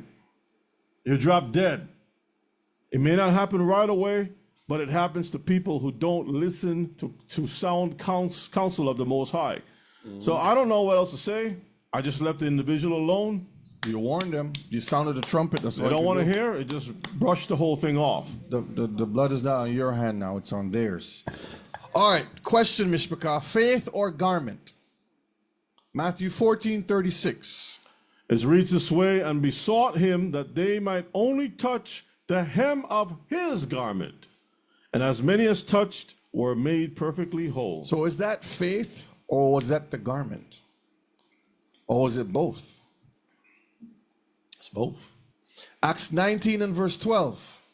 So that from his body were brought unto the sick handkerchiefs or aprons, like the apron, and the diseases departed from them, and the evil spirits went out of them. See, the devil wants to make commerce off of everything. So this happened, and then you go back to another church out there selling Trinkets. handkerchiefs, and you ask them, where did you get this from? Oh, this is from the cloth. They have a piece of cloth from a piece of cloth from, the apostle days that has been passed down. Relics. But really and truly, those things are full of demons, because the Most High didn't instruct any of them to do that. This happened just like with the staff with Moses. It was there for a reason. But now they take it, now they want to worship the serpent. I was watching something that showed up in my YouTube feed, or this artist who was just showing his home off, and he called the name of his home. This is a beautiful home in Jamaica that he built, and so a white Gentile artist who's into different types of music. But anyway, beautiful home. He called the house Pompeii. And I'm thinking, well, Pompeii. Isn't that the place that the Most High burnt down like Sodom and Gomorrah because it was lewd and all kinds of sexual depravity? Also. And then he went so far in buying one of the vases from Pompeii itself. He said it was covered with ash. He got it cleaned up, restored, and there was also some bones in it. So it's a vase. I says, well, wait a minute. It's big. It wasn't a vase. It was an urn. It was an urn. People put their bones in that thing. So he basically bought an urn from Pompeii. We're going to see some stuff like that with some of these artists and celebrities who have a lot of these clothing lines doing the same thing. And you're looking at the vase. Oh, that's a beautiful piece of work of art. Wow. Where did he get it from? Oh, I don't know who Pompeii is, but it sounds like it's someplace special. Rome. And then you put the thing in your house, not realizing that spirit, whoever was buried in that thing, haunting you behind all over the place. Yep. Mishmaka, if there are holy garments, don't you think that they are also unholy garments? Exodus 28 and 2. That's right. And you shall make holy garments for Aaron, your brother, for glory and for beauty. So the Most High is saying, look good. I want you to make some good-looking garments because you're representing me. And these are going to be holy garments, set apart.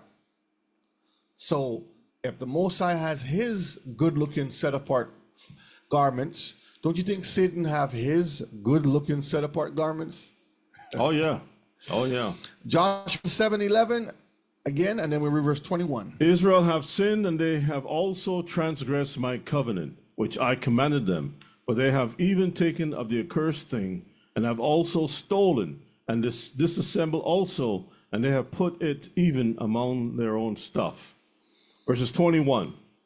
When I saw among the spoils a goodly Babylonish garment, and 200 shekels of silver, and a wedge of gold of 50 shekels weight, then I coveted them and took them. So his eyes got wide and big. He saw, he was like, man, these threads, ooh, soft.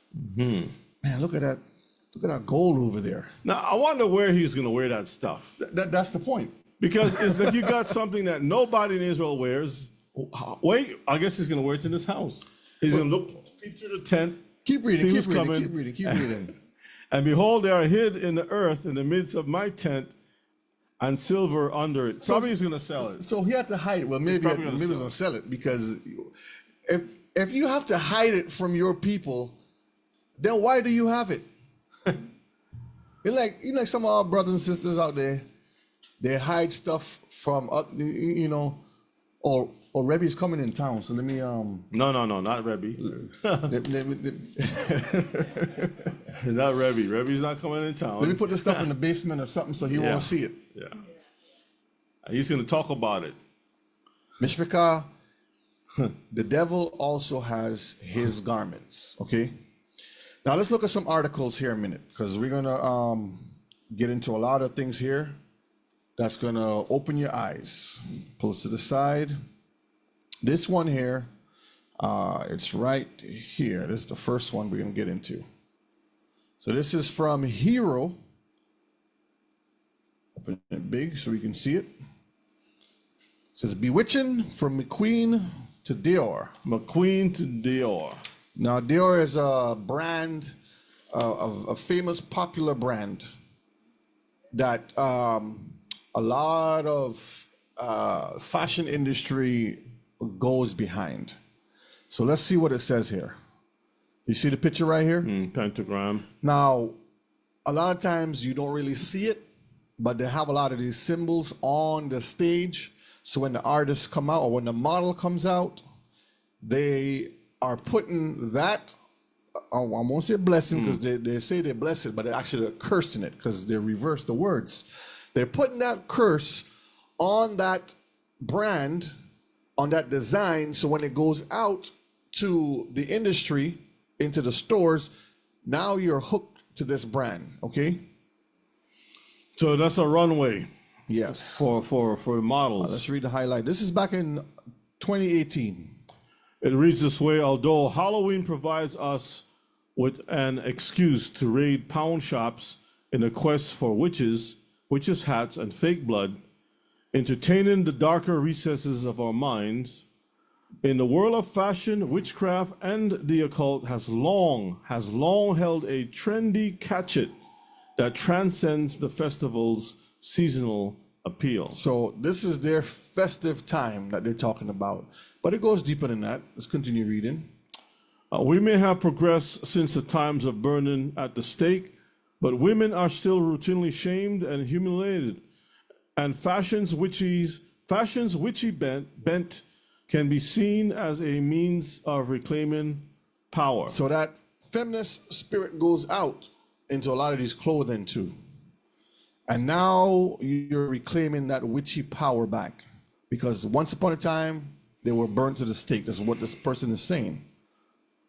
Let's read this one here. In memory of Elizabeth Howie, Salem, 1692, McQueen traced a blood-red pentagram inside a black sand circle on the floor of the catwalk upon which the models walk. That's the same thing. So this is the picture right here. So the models come out, they put on an outfit that is designed, and then that spirit attaches it to that design. Let me say something real quick. Now, we may not be acquainted with some of these so-called, this is a performance, this is a cult performance, hidden or disguised as a fashion show, right? Mm-hmm. Now, we may never have known about this stuff at all, but we would have bought shoes or clothing or something with this person, Alexander McQueen. Mm-hmm. Something we've probably gone to TJ Maxx or one of those budget stores or something and picked up something that is, with this designer's name on it, not knowing that this designer is connected to the occult family. You see that? Yep. Let's look at this other article here. This one is Fashion and Beauty.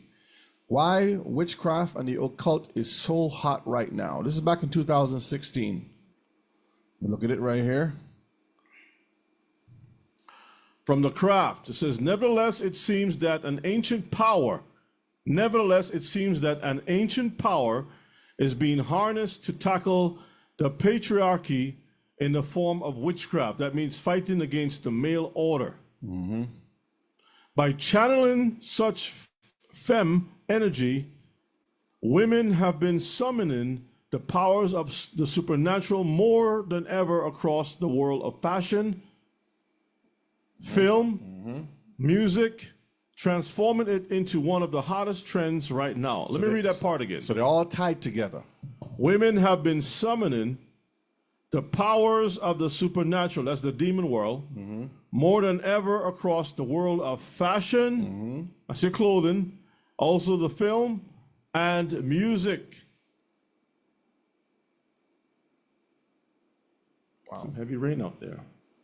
And music, right? So this is a form of rebellion against the order that the Most High set up. Like you said in early in the article, right? In your slides, that it's against culture and order and such like, right? So basically what we're seeing is nothing more than witchcraft. Witchcraft.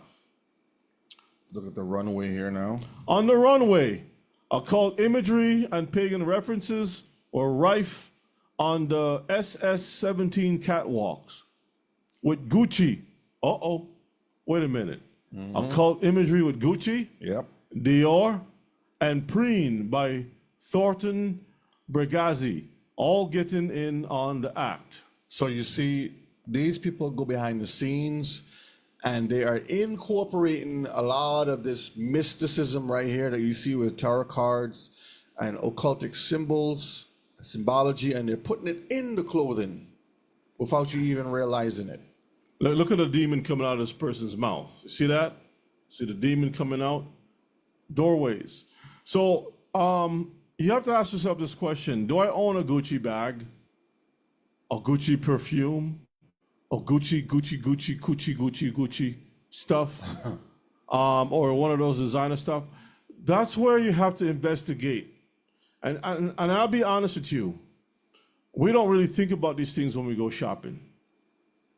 We just pick up, we smell something, we look at something, oh, it's nice, the price is right. He says, you know, I'll get it. It's only when we have class that we are reminded that we see certain things and then we say, oh my, what, now you got to get rid of that thing, right? So, yes, Mishpika. Read this one here on the internet. On the internet, the world of witchcraft is going strong on Instagram with accounts such as at Nightflesh, at the Hood Witch, at Chakrubs, at Energy Muse, amassing thousands of followers with their posts relating to the occult, chakras, and ancient feminine energy. Scroll down here a minute. Let's go right down. Some little things in there. All right. Let's see. All the little nose rings and the one that looks like a bull. We're not talking about the other one on the side, but the one like a bull. The celeb endorsement. So celebrities are the ones pushing this now. The one of the most important accoutrements for any witch are the right crystals. Living in a complex world, they can be a great source of common energy. If you don't know where to start, check out the selection by Adina Mills, championed by feminist icons such as Lena Dunham, Pink, Bjork, or visit Lena Dunham's other favorite energy muse. Even Victoria Beckham is rumored to have jumped on the latest celeb obsession. So they have familiar spirits attached to these crystals that they're endorsing. They have these, see some objects right here in their hand, the clothing, all that stuff, the necklace, the jewelry, all that stuff that they're pushing in the movies and in the music. I think that's all I wanted for this one here. Yeah, that feminine energy, which is a call against the male authority that's out there. Okay, this one is the dark side of fashion, exploring the occult and satanic trends. All right, it says the rise of occultic and satanic symbols in high fashion. In recent years, the fashion industry has seen a rise in the use of occult and satanic symbols in high fashion. From the runways of Paris to the streets of New York, these symbols have become increasingly popular among fashion designers and trendsetters alike. So all of the industry, they know exactly what they're doing. They create these signs and symbols that the demons are attached to, and now since they embed it in their clothing line and designs, it is becoming a trend, popular. Okay. The use of occult and satanic symbols in fashion is nothing new. In the 19th century, the French symbolist movement embraced the use of occult symbols in their artwork and fashion. This trend has continued to this day, with many fashion designers incorporating occult and satanic symbols into their designs. The use of these symbols has become increasingly popular in recent years, with many fashion designers using them to create a sense of mystery and intrigue. So today they're still doing it, Mishpachah. Okay? Everything that you're wearing, that's why you see, like, right now, if I don't put my own design on it, it's a plain something. No name, plain something. Because a lot of these different companies out there, they embed in their little symbols and brand names occult symbols. But Pinker says, notice how social media has created discipleship, and they call them followers. That's true. Yeah, That's a good point. For example, the fashion house of Balmain, sounds like Balaam to me, right? Of Baalmain, has used occult symbols in their designs, such as the Eye of Horus and a pentagram. Other designers, such as Alexander McQueen, which we talked about before, have used symbols such as the skull and crossbones to create a sense of edginess and rebellion. So your children should have nothing with skulls on it, or crossbones, or any of those things. You know, growing up, he would never give us those things. No. And even as I became, my own man and bought my own clothes, those things I was never, had a taste to things of death and skulls and bones. It's like the only bones we dealt with was chicken bones and fish bones, and then we throw them out to the dogs. Yeah, we throw them out. Yeah. Outside, and they will tear those things up. We didn't mess with no bones. The use of occult and satanic symbols in fashion is not without controversy. Some people view the use of these symbols as a sign of disrespect for religious beliefs, while others view them as a way to express individuality and creativity. Whatever the opinion, it is clear that these symbols are becoming increasingly popular in the fashion world. Whether you love or hate the use of occult and satanic symbols in fashion, it is clear that they are here to stay.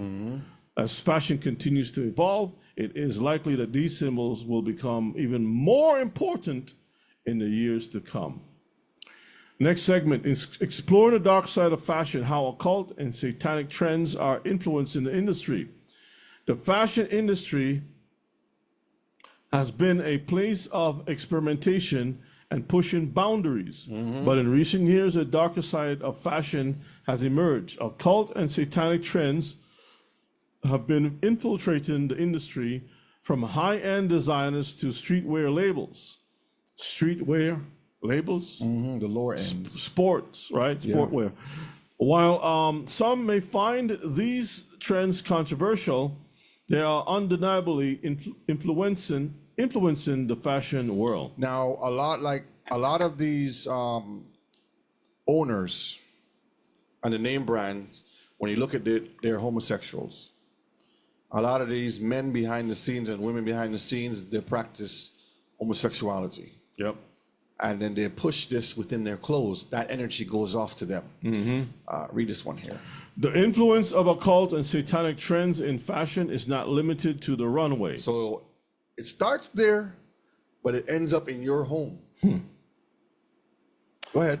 Many streetwear labels have embraced these trends, creating clothing and accessories with occult and satanic symbols. These items have become popular among young people who often use them to express their individual style. Look at that right there, see? It's madness. Madness. And that's supposed to be fashion. Like what is fashionable about that? The fashion industry has long been a source of inspiration for many, but in recent years it has been infiltrated by occult and satanic trends. From the dark and gothic clothing to occult symbols and references, these trends have become increasingly popular in the fashion world. While some may view these trends as simply a way to express one's individuality, there are some who believe that these trends are more than just a fashion statement. So that's what they'll tell you. Oh, they're just going through a phase in life, or stage in their life. Well, nonsense. take them out back and get them a good beating. And you see them change back fast. Malkut. See what else I need. Okay. Don't use the word thing, just use the Hebrew. Malkut. Give them a good Malkut. This last one here. How occult and satanic trends are changing the way we dress. The fashion industry has always been a reflection of the times. I've always talked about that, reflection of the times. And the current trend of occult and satanic inspired clothing is no exception. From dark and edgy streetwear to high-end designer pieces, the influence of occult and satanic is becoming increasingly visible in the way we dress, which reminds me of Kanye West Sunday service. There was something gothic about the colors. They were not quite bright and uplifting. They were kind of like dull pink and dull blue and grays, certain grays, very bland, drab-looking thing. And something about it was like, look into that too, because I got an article. Watching on that thing was like, this thing don't make any sense, Yeah, gloomy. The trend is also being driven by the rise of social media and the internet. With the ability to access and share images and ideas from around the world, it is easier than ever to find, and share occult and satanic-inspired fashion. This has allowed the trend to spread quickly and become more mainstream. Just like Brother Pincus was saying, you have those followers or disciples in Satan's service. Yep. And that's what's happening. The trend is also being driven by the rise of alternative music genres such as metal and industrial. And hip-hop. Yeah, and gospel. Remember? And gospel too. Was we it covered alt-Christian? Alt-Christian, alternative Christian music that they call. I don't know, how can you have alternative Christian? These genres often feature occult and satanic imagery, which has helped to make the trend more mainstream. Overall, the trend of occult and satanic-inspired clothing is changing the way we dress. It's becoming more mainstream and accepted. This article has been repeating the same thing over and over. Yeah. All right, let's go to the next one. Yeah, we got the point. I'm gonna read the next one. That whoever wrote that thing, yeah. Okay, this one here, let's see. So this one is faith and theology, and is fashion a demonic power? You can see right here. It's a little bit bigger for the old host to see. No, this one. Okay, there you go. All right, in Carl's. Hold on, let me open it wider. All right, in Carl's Barth discussion of the Lordless powers, published in the Church Dogmatics Lecture Fragments, The Christian Life, there is a delightful, funny analysis of the way fashion operates as a demonic power. Here, fashion is placed alongside other humorous principalities such as sport, transport, and technology. So when it comes to the way our technology is going today, with AI, in sports, and even when you buy your automobiles and stuff, all the different things that they put together, they have demonic spirits attached to these things. That's basically what it's saying here. Here's what he has to say about fashion. Quote, who or what really determines fashion? The fashion to which man thinks he must obediently subject clothes, headgear, and hairstyle, the alternation of assurance and then of exposure first to the rather sympathetic astonishment and then to the horror and amusement of those who think they must follow the new fashion. How is it that women's fashions change so much more quickly and soundly and intensively than men's? So if you look at this picture right here, I mean, just look at this. That's George Boy. You have George the Boy and Campbell. and Campbell soup. Yeah, sign of rebellion over here on his genital parts over here. See right there? Yeah, yep. He has the satanic star, the star of Moloch. Then he has a gun around his neck. the face that has, and right here, he has an eye.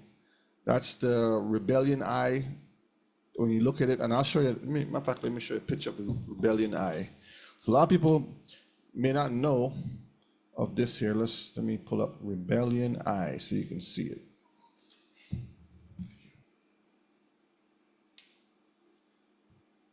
Yes, brethren. As you can see clearly, there's a lot of different nonsenses out there, and we all know a lot of things, but sometimes they have evolved those symbols in such a way or transformed those symbols. Let's see. And sometimes we don't realize that we are buying into their system. There's a reason why we are supposed to be set apart, as Brother Shea mentioned earlier. Being set apart, I tell you, it's a lot of work. It's a lot of work because your architect may be designing the house for feng shui demons to come in. Your fashion designer that you're buying clothes is designing clothes for demons to be attracted to it. Okay, this is it here. Your food, your menu is designed to keep you unhealthy so Satan can have a body to feel happy to dwell in. I mean, the list goes on and on and on. Right? It goes on. And you got to be fighting. But when you break away from all this nonsense and the Most High brings you into the wilderness to teach you, you can hear his voice more clearly, right? Now look at this here. This is a lot of different clothing patterns, and people wear earrings and stuff, not knowing that this is the evil demonic. The evil eyes. Okay, when you see this, Mishpachah, this is pure evil. This is satanic. Let's go to, we have two more articles here we're going to pull up. Let's see. And then we're going to dive into some other stuff here, some videos coming up. And a lot of these symbols, unfortunately, has been bought up by our sisters, by females, women. And it's that same evil quest for power. There's this something built into the female that not all of them realize it, but some do realize what's going on.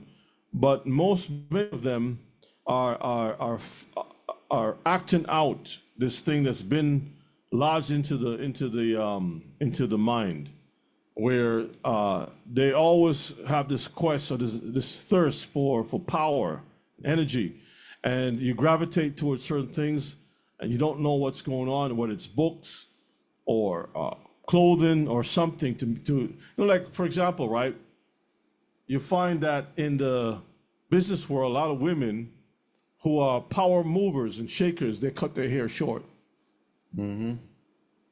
Right? Or they wear a what do you call it, a man suit, or what do you call it? Is it a man suit? Like how Hillary Clinton dresses? Yeah, a business suit. They call it a business suit, but it's whatever suit it is, right? So look at this one. It says, "How witches cast a spell on fashion," and this was back in February 2020.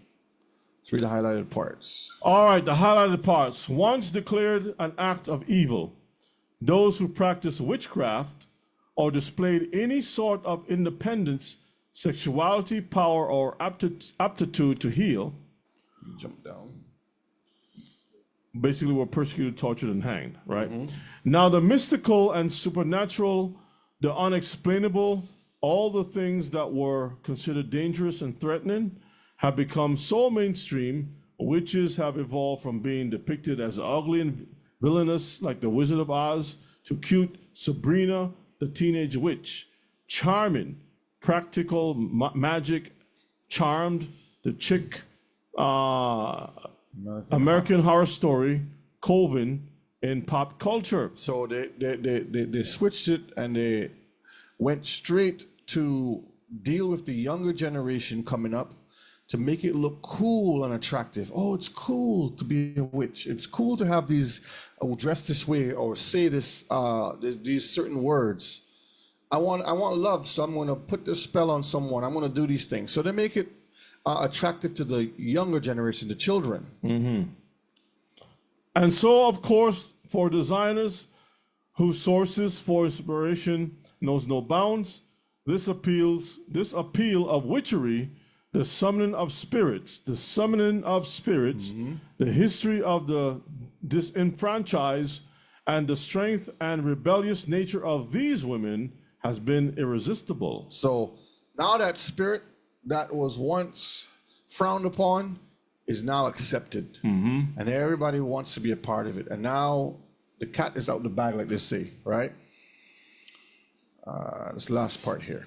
And while there's a dark side to witchery, there's also the spellbinding aspect that transfixes many a designer. Now listen carefully. Quote, we grew up with witches. Quote, we grew up with witches, said Thea Bergazzi of Preen and Thornton Bergazzi. Quote, there are a lot on the Isles of Man. That's off the British, that's one of the islands of the UK, right? The Isles of Man. People go to see them to cure sore throats, ailments like that. And so for their spring-summer 2017 collection, the two dreamed up a dazzling display of glitter, chiffon florals, and pentagrams, such as tattoo-like prints on the faces and necks of models, or actually crushed up flowers, leaves, and ferns. So they take the leaves and the ferns and they crush it up, but they put it in the shapes of these satanic symbols on the models, which you're putting curses on the clothing that they are modeling. So now when you're buying these clothing, those spirits transfer over.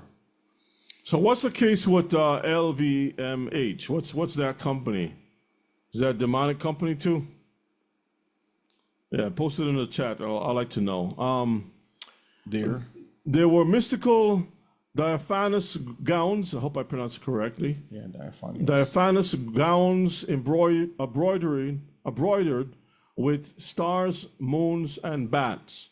A uniform that would feel right at home with a modern day witch. So yes, there's nothing wrong with a moon or a star or a bat, but what they do is they take these things and they incorporate it into their designs, because that is something that makes them feel right at home, is what they're telling you. Okay? Brother Tobias says Louis Vuitton, Moet, Hennessy. Is Moet and Hennessy, like, is that the drink? Hennessy, like the drink? Yep. Oh boy. So the drink, now is that all demonic type? Well, No, yes. the brand, the design behind it. Uh-huh. And when mixed in with her, we should all be feminists. Let me read it again. And when mixed in with her, we should all be feminists, right? Because, I'm sorry. Just jump from here. Feminism and witchcraft feels inextricably intertwined. So it's so the witchcraft and that spirit of feminist spirit is intertwined together. It's basically the same thing. It's another demon, basically. So Satan has all types of different hierarchies in his organization, and those spirits are attached to various different people and different objects. So you're getting the different taste of the devil.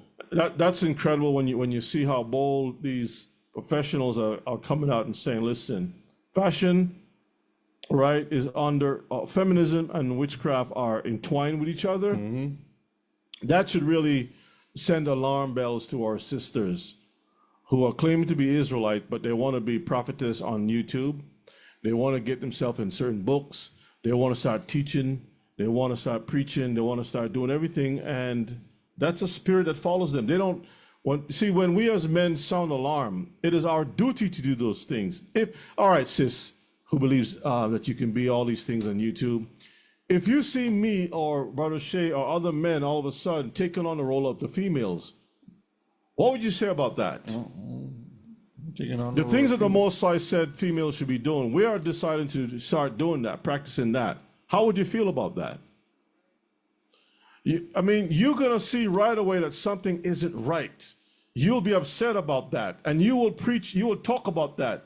So when we talk about you doing what we're supposed to do, you get upset, you get offended, you call us dictators, haters, narcissists, male chauvinists, all these sophisticated words that my tongue will get tied up saying. That's what comes out.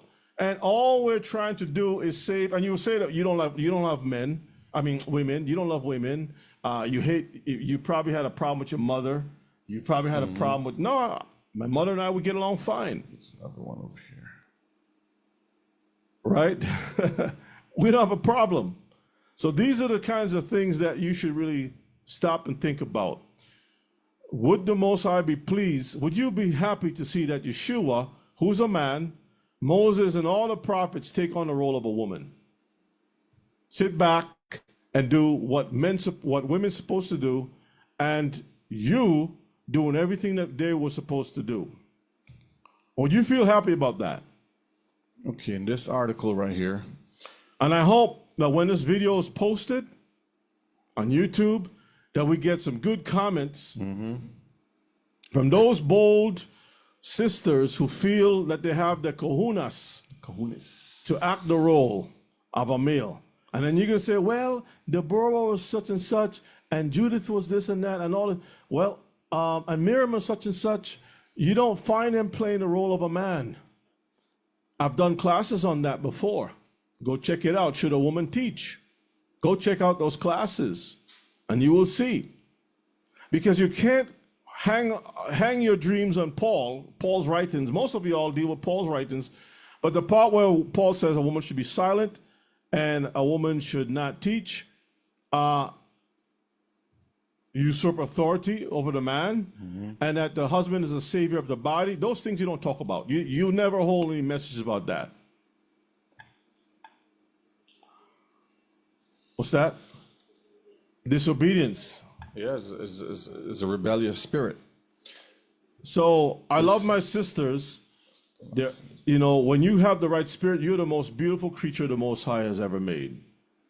And you know, we want to be around you. But when you have that spirit, it's like two men in a room arguing back and forth. It's a bad spirit. It chases us away. We don't want to be around you. I don't want to be around women who are argumentative. That's war.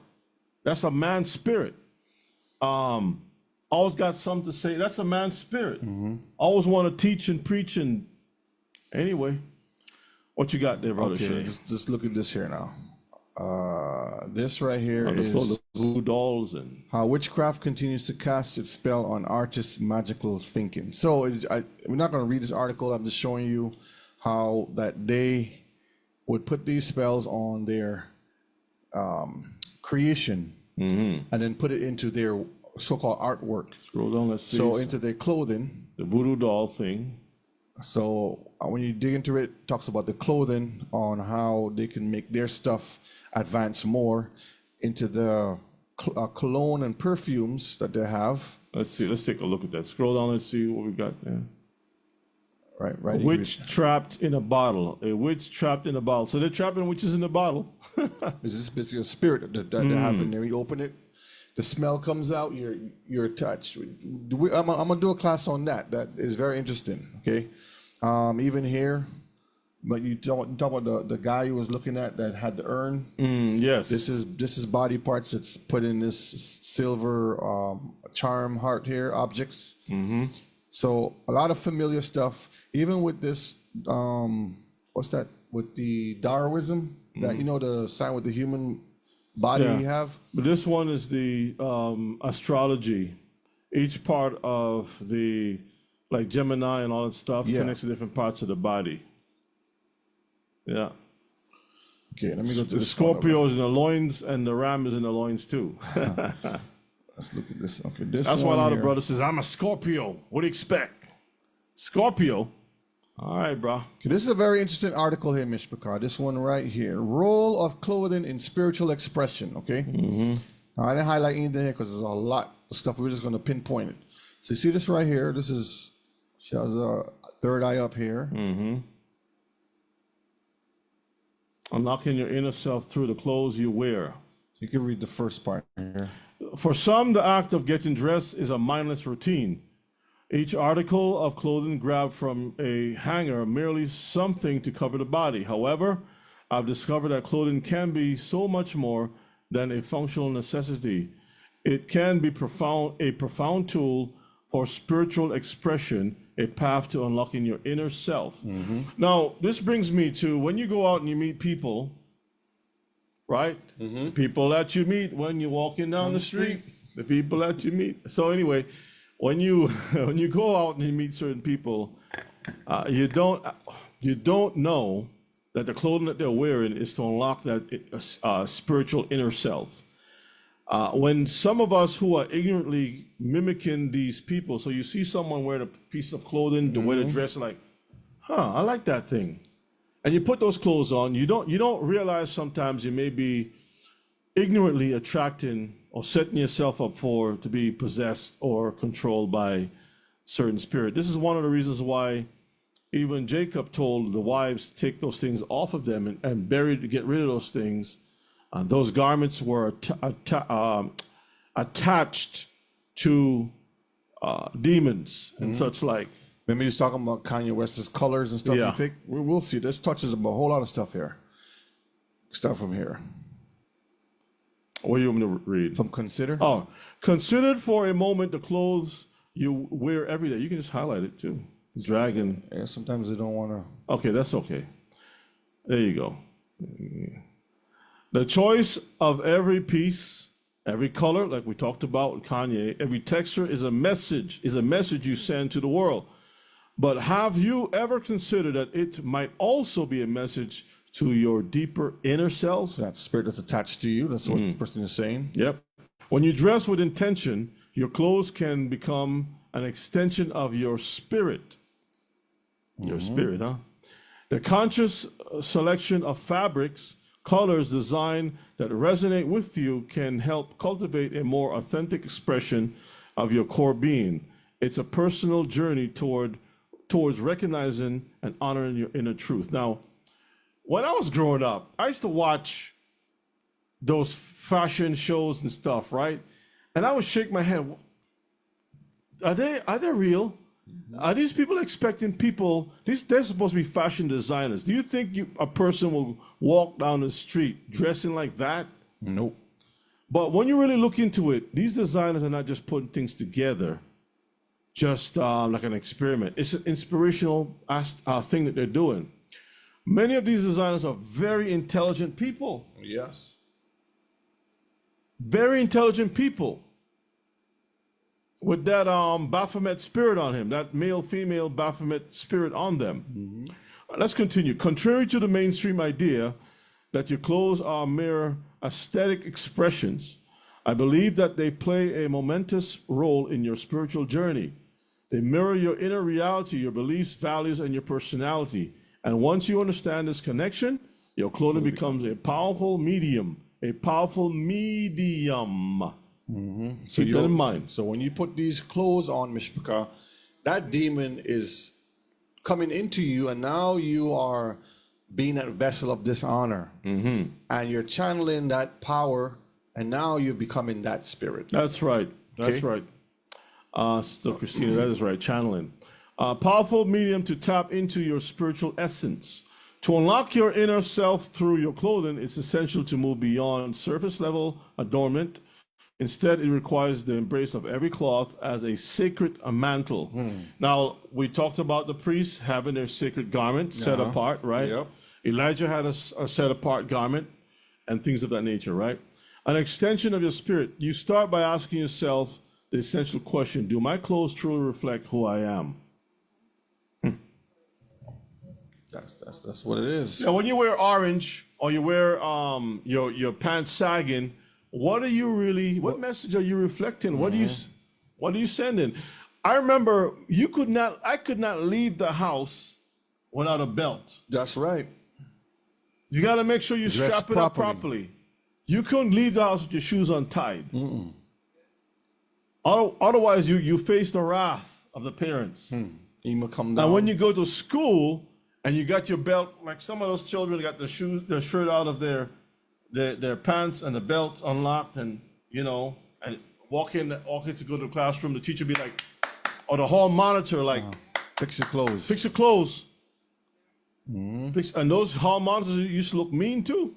Well, that no more. Look mean. So this is a sacred mantle, an extension of your spirit. You start by asking yourself the essential questions. Do my clothes truly reflect who I am? So that's the very important question right there. Yes, Mishpaka. So Right where are here. we? Are the fabrics and colors the patterns chosen because they convey and uplift your spirit? Do the clothes you wear make you feel more comfortable, more confident, more you? If not, perhaps it's time to reconsider your wardrobe to align it more closely with your inner self, thus aiding your spiritual expression. Yeah. We're not gonna read too much. I'm gonna just scroll down here to show you some stuff because it talks about I'm gonna put this in the chat. You guys can Can you look go at back it. up a second real quick? Right. Go back slowly. Go back. Symbolic language of clothing in spiritual practices. The colors worn as an expression of certain beliefs, principles, or intentions, right? Scroll down a little bit. Scroll down some more. You got love is red, peace is white, power is black, and so forth, right? Scroll down. Tapestry connected to Krishna, blue skin of the deity of Krishna, right? There's a whole lot of stuff when you go into this. This one is deep. I'm going to come back and touch on this later on, not tonight, but I have this saved for another class because it goes into a lot more things. When you see how big this thing is, 20 pages. Talks about the energy, the fabric, the colors. Right here, Chakras. the purpose of the colors. The red for the fire, blood, and so forth. Green. So I'm going to post this here for you all because there's a whole lot just in this one here. Yeah, okay. Yes, House of Gerald, Brother Gerald. My father was teaching me how to be a man and a gentleman. That's correct. Uh-oh. We're going to look at that word gentleman too. Uh-oh. Yeah. Well, I think we remember. Yeah. So these are some of the brands here. We look at the logos. When you actually dig into it, they have little hidden messages. Not all of them, but some of them do. But a lot of them represent the sodomite movement that is behind their clothing brand. Azania said a lot of those fashion designers end up committing suicide. The fashion industry have a lot of death around it. Thank you for Yes, sharing that. That's true. Yeah. These are some of the Western brands here, because we just look at the Eastern brands. It's the Western brands over here that are still tied to those other brands when you look at it. All right, coolest fashion brands. Look at that demon. Gen Z, millennials. They came up with this stuff. I still don't even know what these things are. Gen Z sound like a game. Generation Z and millennials. Yeah, something that Xbox or one of those guys would put out. That's between 13 and 18-year-olds, and the millennials are between 19 and 37 years old. So I guess they were born around 2000 or something like that, right? Yeah. It's a bunch of craziness. So their fashion brands is Nike, and right over here you see Nike, and you see they have this scripture here. We're gonna look at that in a minute, with all the demonic stuff on it here, and they talk about there's human blood in that. We talked about that before. Yeah. Well, little nasty. Yeah. Sodomite. But you see Nike, Vans, Adidas, Jordan, Under Armour, Supreme, Converse, Hot Topic, all of these different brands here. Lightning.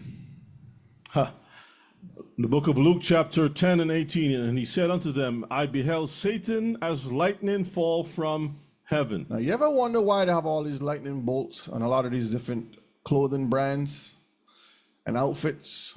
Even in that series Harry Potter right down here, that lightning bolt, that symbolizes Lucifer. A lot of people didn't know that. Pearl Jam, lightning bolt, right here. See the moon over here, crescent moon, the all-seeing eye with the bolt coming down. Pure Source, Black Adam, Shazam, same thing. All of these are... David Bowie looks like the guy from Ronald McDonald. Gatorade, The Flash, AC/DC. So AC/DC, alternating current, direct current, but that's this name of the band. They got their name from right here. It says the Young Brothers felt it captured the energy of the music they wanted to create. I wonder what energy they're trying to capture. The raw energy and power-driven performance in their music. So when they're performing, They're bringing out this energy and transferring it to the crowd. Remember I showed you when they're performing how the crowd just moved? Yeah. A lot of things happen. Some weird stuff. These spirits Yeah. can come in there and they can attach to a lot of people. With the concert that we talked about, people go to her concert and can't remember anything. Yeah. And look at that eye for Pearl Jam right Yep. there, right? What is Gatorade? Gatorade is the name of an energy drink owned and manufactured by Pepsi Company. The brand was established in 1965 in the United States. Now I'm just looking at the symbol is what I'm looking at, okay? And today it's known as one of the most popular sports drinks produced in the world. Now I highlight this because popularity goes along with the fashion. Yeah. And when we get into a couple of other slides, we'll see how it ties in. Okay, so popularity goes in with the fashion. Yeah, because there was a time when the youth would drink some tea or coffee, mostly tea, or milk, hot chocolate to go to school. But then it became more fashionable to drink these soft drinks and Gatorade in the morning. Instead of having a proper breakfast, they would have these soft drinks and these fake drinks, sport drinks. So let me go back to the slide here. See where it says Luke 10:18. That's what we just read. And they're quoting that he beheld Satan as lightning falling from heaven. It's mocking the Most High, huh? So all of these brands, and there are more. All I did was pick out a few. You know, like when you buy one thing, you notice that thing all the time. Everywhere you buy a car, and now you notice that particular car. When you look at the bolt, you see it. This symbol for Pearl Jam is Baphomet. Yeah, You see the things as the wings on the side. You see the moon to the top. exactly. If you- up. Yeah. And the two sound symbols is like wings, right? It's Baphomet symbol. The moon. Right here, the moon. Yeah. The moon. See the location of the moon, Yeah. right? The wings, the horns. So you see the eye right here? It's the same thing right here. Yep. The eye right there, and the ding-a-ling thing right over there. Yeah. So a lot of it transfers over. Yeah, they're hiding it, but it's the same thing. All right.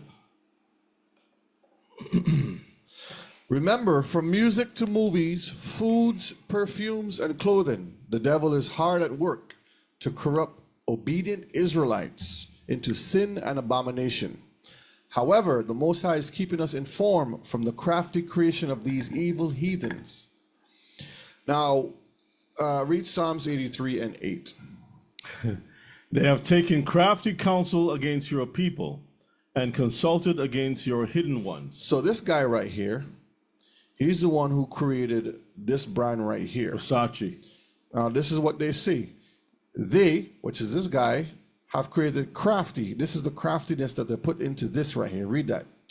Inspired by one Mosaic in particular, he created the Versace logo with its portrait of Medusa. That's So Medusa is who? the snakehead woman, the mythical snake-haired monster, and she turned men to stone, right? And Medusa gaze turned any man as a feminist who sees her to stone. Notice that she has snakes all around her head, right? Versace felt this related to what he hoped to do with his business. So he wants to do this with his business. He want to turn us to stone, huh?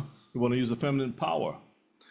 He created clothes so beautifully they stop people in their tracks. Yeah, right. So that's what the inspiration behind of it is. Now I'm gonna pull up this article, this PDF. This is a book. It's called "Delivered from the Powers of Darkness." This guy here, and he mentioned a couple of things in here that I highlighted that I find very interesting. I'm gonna scroll down. And You know this book? I have this book here. It's very interesting. And let me get there. Right here. Let me make it a bigger so you can read it. It's talking about the spirit world. Okay. I saw laboratories like Science Lab, a designing lab, and a theater. At the back of the city, I saw young, beautiful girls and handsome young men. No people. No old people. No old people.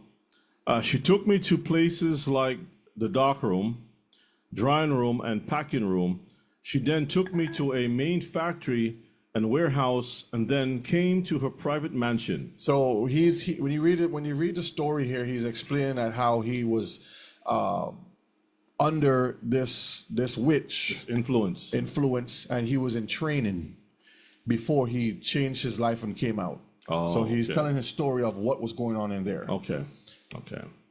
Let's go down here, right here. There were trees, and each of these trees had different entities. So on the island that he was, they had these trees, and the trees were some for poisoning, some for killing, invoking, and some trees for curing. So there's a lot of obia, you say witch doctors, right? Yeah. That's basically what he's saying here. Go back because you didn't read that part. You had a tree for poisoning, tree for killing, tree for invoking, and tree for cure. For cures. Okay, so this is the underworld laboratories now. Go ahead. I went into the scientific laboratories to see what was happening. I saw psychiatrists and scientists all working very seriously. So that's what they do. They sit in the back and they figure out ways of studying the mind, the human brain. But they start on our people first. The Tuskegee experiments, the one with our females, with the gynecologist, and the vaccines, all kinds of different things. These people sit there and the crafty councils, they collaborate together on how to destroy the Most High's people. Continue. Read it for me again. I saw psychiatrists and scientists all working very seriously. The work of these scientists is to design beautiful things like flashy cars, etc., latest weapons, and to know the mystery of this world. So that's what they're doing. Isn't that what's happening? And to know the mystery of this world, yeah. AI, fast cars, latest weapons of mass destruction. That's what they've been pushing all this time. He says he thank God, only God knows, right? Then he says, I moved into designing. He moved into designing rooms, and there I saw many samples of cloth. So now into the clothing. This is where these men get their inspiration from. And I'll show you a couple of videos just now here where these men sit down and they'll tell you where they get inspiration from. And there I saw many samples of cloth, perfumes, and assorted types of cosmetics. All these things, according to Lucifer, are to distract men's attention from the Almighty Elohim. So he's telling you what they are doing behind the closed doors, okay? I then moved from the laboratories to the dark room and drying room. The dark room is where they kill any disobedient member. They kill by first draining the person's blood and then send the person to the machine room where he or she will be grounded to powder, and then send the dust to the sack room where they will be bagged and kept for the native doctors to collect for their charms. There were more things which are hard to explain in a writing. So this is just a quick overview of what he's saying. So when you have charms, stones, familiar objects, I'll just say overall, you don't know what you are bringing into your home. That's why the Most High says these things are abominable. He detests these things. Do not bring these things into your home. And they are cleverly designing these things to be hidden, so you won't know behind the scenes that these people are designing these things and putting their spirits to it. So you're having all kinds of family problems and issues all of a sudden arise. You can't sleep at night. You're losing weight. You're getting sick. Job go away. All kinds of different things happen because something that you brought into the home is starting to cause those things. And when you think about it, Brother Shay, I don't want to be too long-winded here. I can see how hard it will be for our children if you want to be set apart, you want to raise your children set apart. The problem is when you send your children dressed different into the world of the school world or into whatever it is, they're going to be picked on, teased. They're going to be so and children are not built to really deal with all that stuff, right? We are built with a thicker skin, right? But the children, they feel a certain way and it messes with their spirit. This is why we always try to push and emphasize homeschool and homeschooling groups. Like if you live close to another brother or sister or whatever, and they got children too, everybody should be able to come together. Or if you teach them at home, your children at home, and they teach their children at home, you can always arrange time that the children can socialize with each other because they're all on the same page. They're all like-minded, right? Maybe not 100%, but it's better than the alternative. It's better than having your children exposed to those environments because they're struggling to even know who they are. They're wrestling with two different identities.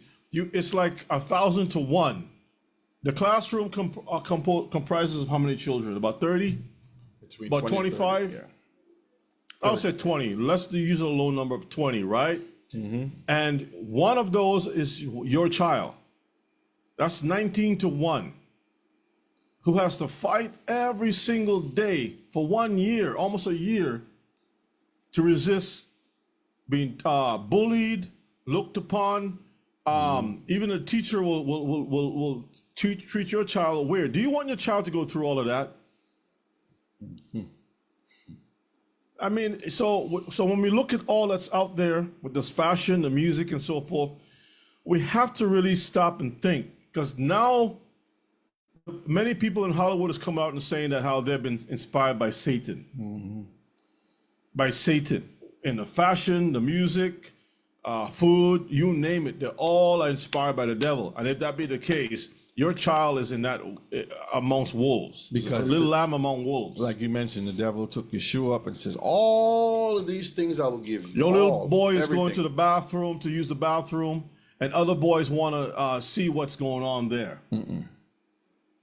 And make suggestions.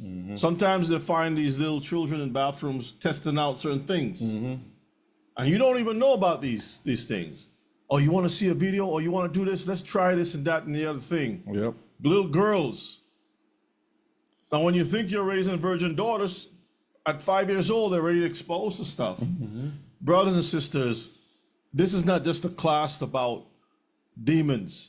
This is an opportunity for you To separate yourselves. to understand what we're dealing with and be serious about it. Your pastors that you dealt with before, they may have talked about some things, but they don't go to the such length to really, make you see these things. Now, this right here is just a couple names of the magazines. I just pull a few. When you go into it, it tells you the history behind it. Like the word Vogue, this is a magazine. It means to sway by popularity in fashion. So again, we just read the guy was saying they design these things to attract you. Yeah. Vogue. Okay? Vanity Fair, emptiness that is attractive. Because vanity means what? Nothing. Yeah. Fair means to be attracted. Essence, dealing with the basic elements of anything. So they're taking the materials that the Moses has made and creating these different brands that capture your attention. Ella, another name for the sun god or the bull deity El. That's basically what it is. Glamour, to enchant by magic. We talked about that before. Allure, to tempt by offering something of great desire. So that's what they're doing. They're trying to tempt you. And when you look at the magazines, 90% of it is half naked, skinny sodomites. Yeah. You don't see no normal people in there. They're anemic, they're on drugs, or something is wrong with them. GQ, what the brother said, it means a noble Christian man. That's what it means when you Google it. But the magazine stands for Gentleman Quarterly. So gentleman means a normal Christian man, a noble Christian man. That's what gentleman means.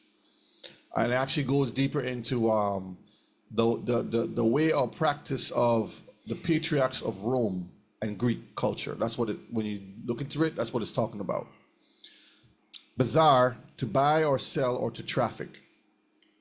So these, when we read a revelation about trafficking Yeah. with Babylon and all her millions and her riches. This all ties back to the same thing, Mishpachah. The devil knows exactly what he is doing. The land of traffic. Now let's look at a couple of videos here before we close out tonight. Vogue, this is what they say right here. Read that for me. Naughty thought I know, but this is my question.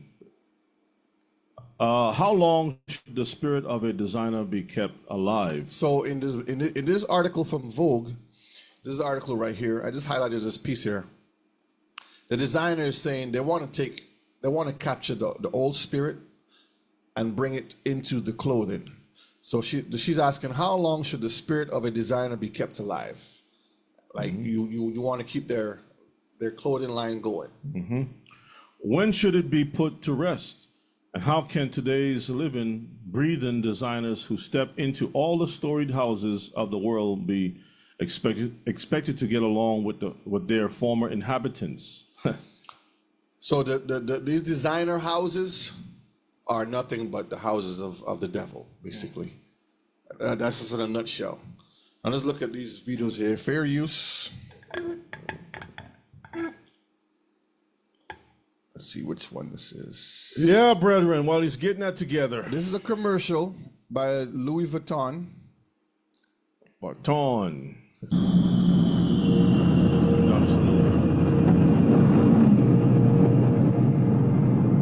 I have no destination. This spirit has no destination. That's what I it's have a saying. destiny. I don't walk behind. I find new paths. Serpent, Farther I can see, black and white. farther I can go.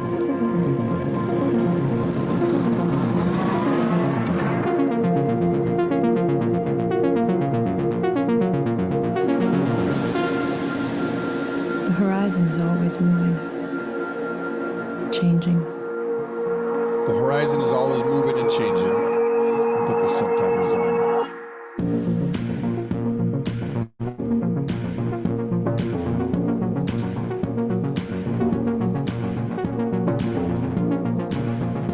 Louis Vuitton. Turn the music down so good. Inspired by the past, Inspired by the past, make the future. we make the future. That's what they're saying, right? This is the spirit of Louis Vuitton. Above the ordinary. To the extraordinary.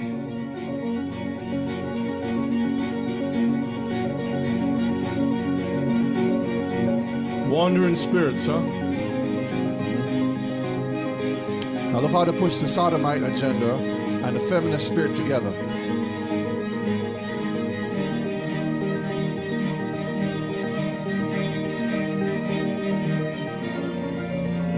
We are passengers We are on passengers different roads.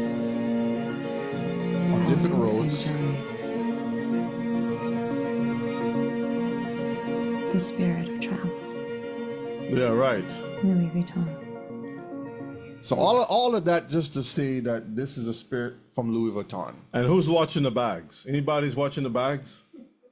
Anybody's watching the bags? Let's look at this Yeah, one. boy. Fair use. Okay, this one here, I gotta pause through it and mute the little things. This is Erica Badu. Is she cussing out too? No, No, her lamp looks like a voodoo doll in the back. Yeah. So this is inside her home studio filled with wonderful objects. This is familiar objects I was talking about earlier that people have, and you may not even be aware of it. Let's look at it and see. Beautiful instrument, very low frequency, good for the lower chakra. And I got this at my third ayahuasca ceremony. Made of A force third eye, be with you. demons everywhere. Look at that. Hey Vogue, I'm Erica Badu, and welcome to the Badudio. It's my home studio. I'm gonna show you some of my amulets and talismans. So Come on a journey with me. Let's go. Buddha's in the back. So this is a demon talking, Mishpaka. She's not the same person that she used to be. When you look at her from when she first came out to now, total different person. And she's showing you all the different satanic objects that she have in her home.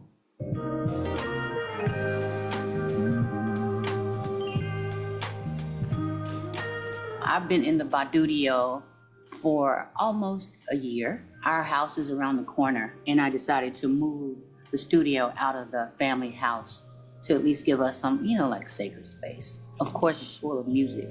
Sacred space. When you have a sacred space, everything in it is also sacred. You hear what she's saying? Everything is sacred.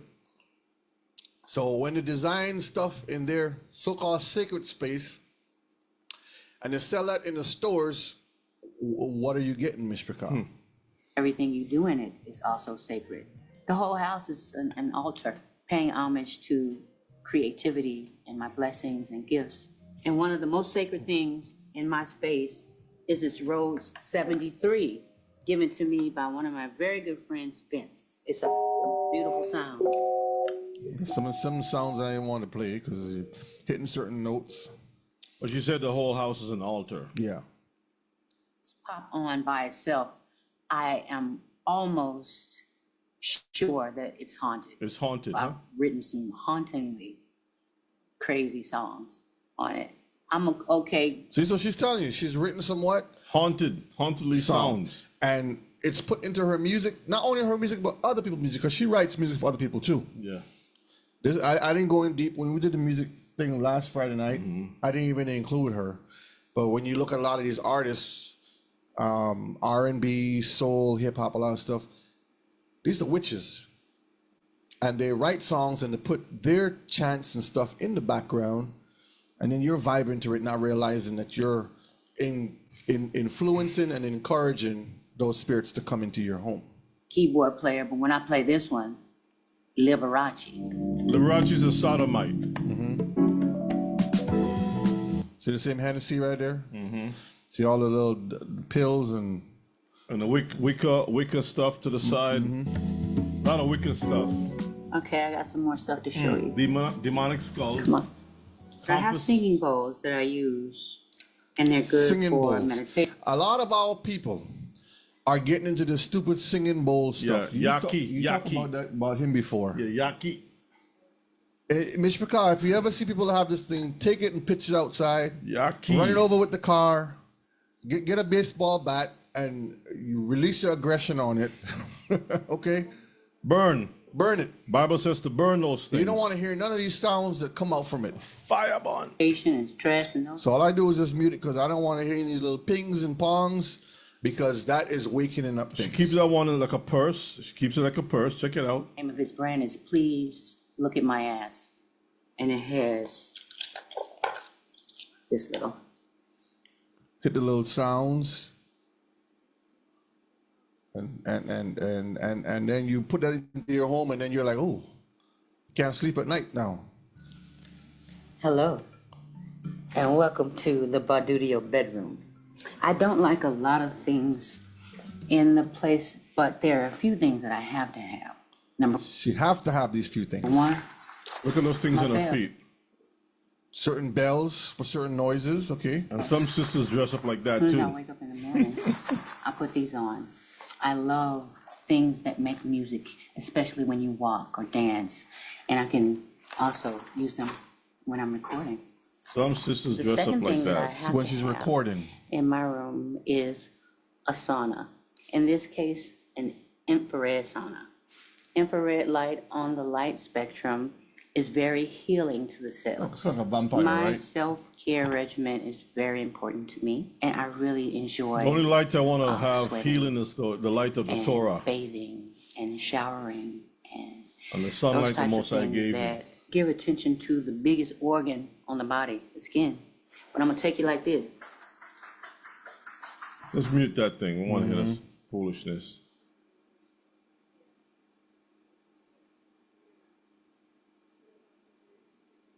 With a CD player in here that I stole in 1983.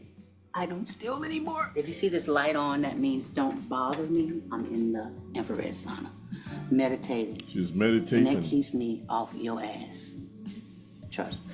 The demon. Yeah, the infrared cap. Yeah. Look at that. These are the things that are so very precious, the metals. We'll go back a second. You I'm see the from third Dallas, eye? Texas. Back just a little bit. These are the things that are so Right there, very pause. See Yeah. that right around the Yep. thing? That's the same evil eye I showed y'all. Yeah. very precious, the metals. I'm from Dallas, Texas. South Dallas, Texas, to be exact. The home of people that actually get real gold teeth put in their mouth. I designed this grill, and it's a tuning fork, controlling the Tuning frequency. fork, controlling frequency.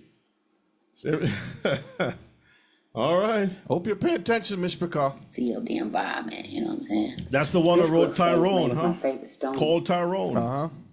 opal. But there's something super special about this opal. Follow me. Mute. This you can just mute it on and off. Just click the. This is a pretty sacred room where I come and meditate. There are different ways that I meditate. In this case, sonically, I've been using Now look at the different patterns in the back, okay? Because sometimes you may have something thinking it's innocent, but you don't know the design behind the design of certain things. This is some Native American designs back here, okay? sound instruments on my albums since 1997. There's always a bed Let me go of. back a minute because she said something very important. Listen what she said. Something I'll have her. I've been using I've been using sound instruments on my album since 1997. So when y'all listen to her music, she's telling you she has put these things in her music. And you're jamming to it still. sound instruments on my albums since 1997. There's always a bed of delta waves or zeta waves or beta waves underneath the music. One Underneath the music. So you might be saying, that's my jam. Turn it up. That's my jam. Yeah, that's your jam, all right. Satan is coming. He's knocking at your door. Now, Marvis, you say you don't listen to her, but again, she writes music for other people, and there's other artists out there that a lot of our people listen to, and they put these things in a lot of the music, and it becomes a #1 hit. Okay? So, yes, we don't listen to a lot of stuff, but we have to go through our records, our music history, whatever it is, playlists, and see who's writing what and who's playing what, like we talked Yeah. about last week. It's a lot One of of my work. favorite instruments or tools I like to use are tuning forks. This is a specially crafted, double-ended, giant tuning fork that I really love. They're delta waves on one side and beta on the other. And this is how it sounds. Yeah, right. And the demons is coming Bringing in. all the spirits in tune to you. So when you're hearing certain, you're like, man, this sounds so good. A spinning sphere. Let's go freely boom through it. No. That's what all people do. Tuning sphere. Frequency of the universe. All right, that's enough of her. She says I like to use her wand. Yeah. All right, Wand. let's go to the next one. She's a midwife. Okay, in the middle of which? Yeah, okay. Okay, this guy here now. York who would send me images of sarcophaguses that were So this guy, he's a designer. Rick Owens is a designer, and if you look at his house, I just shake my head because it's like a demon. When you look at him, you can see the demon just in him. Okay, so I'll fast forward to the up for video. auction. Finally, this one came. It was so worth the wait. We call her Liza, after Liza Minnelli. So he's inspired by these different objects that just like you said, the guy he got this urn. Place in Concordia, Italy. Factory is across the street, and this is where I come to do my collections. So he has his collection. And I can't listen to that music. I'll just mute it so you can read the screen. I'm not acquisitive, but okay. Let's see what he got here. Let me go. The music will stop in a second. So Okay. He looks like an old vampire. he collects skulls. This is his gym. Objects of. This is just like the other Affection. one. And this is Vogue. Vogue is again a what? Fashion thing. An eliminator, but the few things that I have are probably things that I've wanted for a really long time. This is a George Means sculpture. He was a Belgian sculptor associated with the Viennese Secession. It's called Kneeling Youth, and it's a study, I believe, for a fountain that's encircled by these youths leaning over it. It's about introversion, introspection, narcissism. Well, this is my interpretation. I just like the mood that it creates. Familiar It's kind objects. of severe and a little bit maudlin, a little bit melancholy, but also vaguely spiritual. When I am in Concordia, I am focused on creating. This is So he's focused on creating because he get inspiration from these objects. That thing channels whatever spirit. So I'm sharing this tonight to show you, Mr. Karat, these artists, these creators, content creators, clothing designers, musicians, Hollywood stars, celebrities, whatever you want to call them, they don't believe the Torah. They don't care anything about your Torah. And all they do is channel their spirits, their power from these demons. Brother Akin says pedophilia. Yeah. Yeah. a period of rigor, and this is a period of training. And the gym takes up pretty much half the apartment. In any place that I've ever lived in, including Hollywood Boulevard, Los Angeles, I've always insulated and upholstered my spaces with army blankets, vintage army blankets. This is inspired by Joseph Beuys, who was my first art hero when I went to art school. And he used army blankets as a symbol of protection and insulation and isolation. Because that's harboring certain energies, dead soldiers and so forth. Spirit of war and all kinds of different things you can get into. The Army surplus store was where I would get my original fabrics. I would make clothes out of the duffel bags, out of blankets, out of parachute clothes. Since then, which must be like 30 years ago, every place I have, I cover with army blankets. When I work on interiors or furniture, I'm pretty much a reductivist. I don't think about domestic details that much. They feel a little fussy to me. So the domesticity in this apartment is pretty minimal.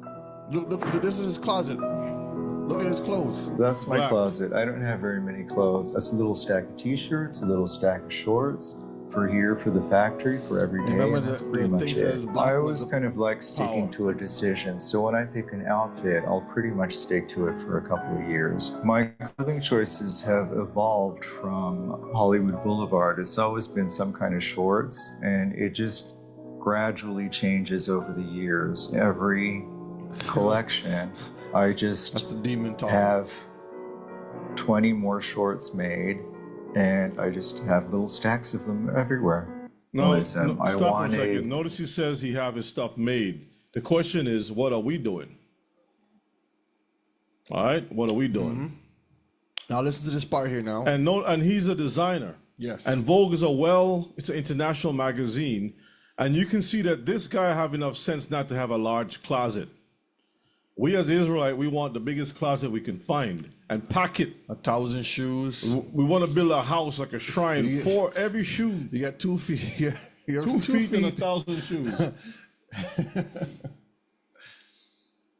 Anyway, something kind of monastic, something kind of severe. I like the classical tone, the travertine interior Because it harbors sets. I a like certain putting energy. myself into that zone. I wanted someplace that would be a blank space for me so I could get into a zone of putting a collection together. So when he's making his collection to sell, he has to be in a zone. look at the wall. And those spirits come in and whisper. Through the wall. Through the wall. Okay? Yeah, Brother enough. Justin, he's a talking skeleton. That's enough. Let me go to the next one. Let's see. It's crazy. All right, let's look at this one here now. I don't remember. Let's see. Volume is Oh, yes. The spiritual meaning of clothes in Yeah, Celtic, This one is good. magical, Druid, and Buddhist cultures. Exploring absorbed energies. The clothes we wear are not just pieces of fabric to protect us from the cold or express our personal style. And listen carefully. In many cultures, they also have deep spiritual meanings that go beyond what the eye can see. Let's explore the spiritual concepts behind the clothes worn in Celtic, magical, Druid, and Buddhist cultures, and how they may or may not absorb different types of energy. Have you ever had a personal experience where your clothes influenced your energy or state of mind in some way? Share your story in the comments, and let's explore these connections between clothes and energy together. Celtic culture is deeply rooted in nature and spirituality, and their clothing reflects this connection. Celtic clothing is often made from natural fibers, such as wool and linen, which are seen as symbols of the earth and the elements. The use of natural colors, such as shades of green and brown, also reflects the reverence for natural elements. The Celts believed in the existence of a connection between the material and spiritual worlds, and their clothing was used to facilitate this connection. Specific symbols and patterns were often woven into the clothing, such as Celtic knots, which represented protection and So when you see those designs, the people like those prints, I was thinking about that. yeah, and a lot of people don't understand. Like it says, I'm Hebrew, and I have the Greek, The Greek thing around all there. around them, or Yeah. the Celtic stuff all around them with the fringes. They don't understand that. Like, see right here, the knots on this guy right here. Right? This is what Yeah, I'm talking the patterns. about. The patterns. Okay, that is interwoven and tied into. continuity. Clothes were used in Cauldron- rituals the and Cauldron, celebrations, allowing scrolls. individuals to tune in to the cosmic and spiritual energies around them. In the magical tradition, clothes also play a crucial role. Practitioners of magic believe that clothes can serve as vehicles for channeling and directing energy. Clothes serve as a what? Channeling. A vehicle. So certain things you're wearing, Mishpaka, the spirits are right there waiting to jump on you. Specific materials, colors, and symbols are chosen according to the type of magic being performed. For example, dark clothes can be used to absorb and neutralize negative energies, while bright colors can attract positive energy. Awareness of how clothes interact with the surrounding energies is essential for magicians. Many practitioners believe that clothing can act as an energetic shield, protecting them from unwanted influences. In addition, the act of wearing a specific outfit for a ritual or spell can create a focused and directed mindset, thus increasing the effectiveness of magical work. The Druids and the wisdom of nature. Wearing knowledge. Hobbit the Druids, stuff. ancient Celtic sages and shamans, also had their own spiritual traditions relating to clothing. Dress for the Druids was not just a matter of physical protection, but an expression of their connection with nature and the spiritual world. They believed that certain material That's why, like Rebbe was saying, you got to protect your children because you don't know whose house to go or what classroom, what teacher is bringing something in. Sometimes you go to some classrooms and they're doing this in the classroom. Yeah. Oh, let's have a moment of silence, y'all. And let's write out the alphabet and put it in a circle. And let's hold hands and count, do alphabets and stuff. And you thinking, okay, you learn. What did you learn? I learned my ABCs. Okay, but how did you learn it? How did you learn these things? They would transform these things into witchcraft. materials and symbols could help them communicate with the gods, the elements, and the spirits of nature. Druids' clothing often featured ornaments such as leaves, animals, and solar symbols, representing their deep understanding of natural and cosmic cycles. These adornments not only expressed the Druidic belief in the interconnectedness of all things, but were also used as a means of accessing the wisdom and energy of nature while And the Most High give us a simple command, right? He says, wear the natural fibers that will be healthy to your Nothing body. is wrong with the wool and the linen, that they're right. wearing. But then he says for the men to put on the fringes to remind you of the Torah. That's simple, but we don't want to do that. No. But here, you see, the other nations, they'll have animals and skulls and all kinds of things all over their body to represent their culture, and we are okay with it. Forming ceremonies and rituals. Buddhism, simplicity and inner connection. Buddhism is known for its search for inner enlightenment and understanding the nature of the mind. The clothes worn by Buddhist monks reflect this quest for simplicity and disconnection from material concerns. Monks wear clothes in sober tones, often in shades of orange or brown, which symbolize renunciation and humility. The choice of clothing in Buddhism is rooted in the philosophy of detachment and moderation. Monks are given simple, functional clothes, often made from fabrics donated by the community. These clothes serve to protect the body and provide the necessities. The brother's a monk. Uh-oh. Without distracting the mind with unnecessary luxuries. The focus is on the inner spiritual quest, rather than outward appearances. Energies absorbed by clothes. An in-depth perspective. The idea that clothes can absorb or not absorb energies is a belief deeply rooted in many spiritual traditions. According to these traditions, clothing materials, colors, and symbols can affect the energies around us. This is especially emphasized in magical practices, where clothes are chosen according to the practitioner's intention. For example, in magic, natural materials such as cotton, silk, and wool are often preferred, as they are believed to have an affinity with the energies of nature. And that's why the Most High tells us that we should be wearing the natural stuff. So we could be connected naturally to Him in the right way, in righteousness. But they understand this, and what they do is they flip the script. In addition, colors can have different energetic meanings.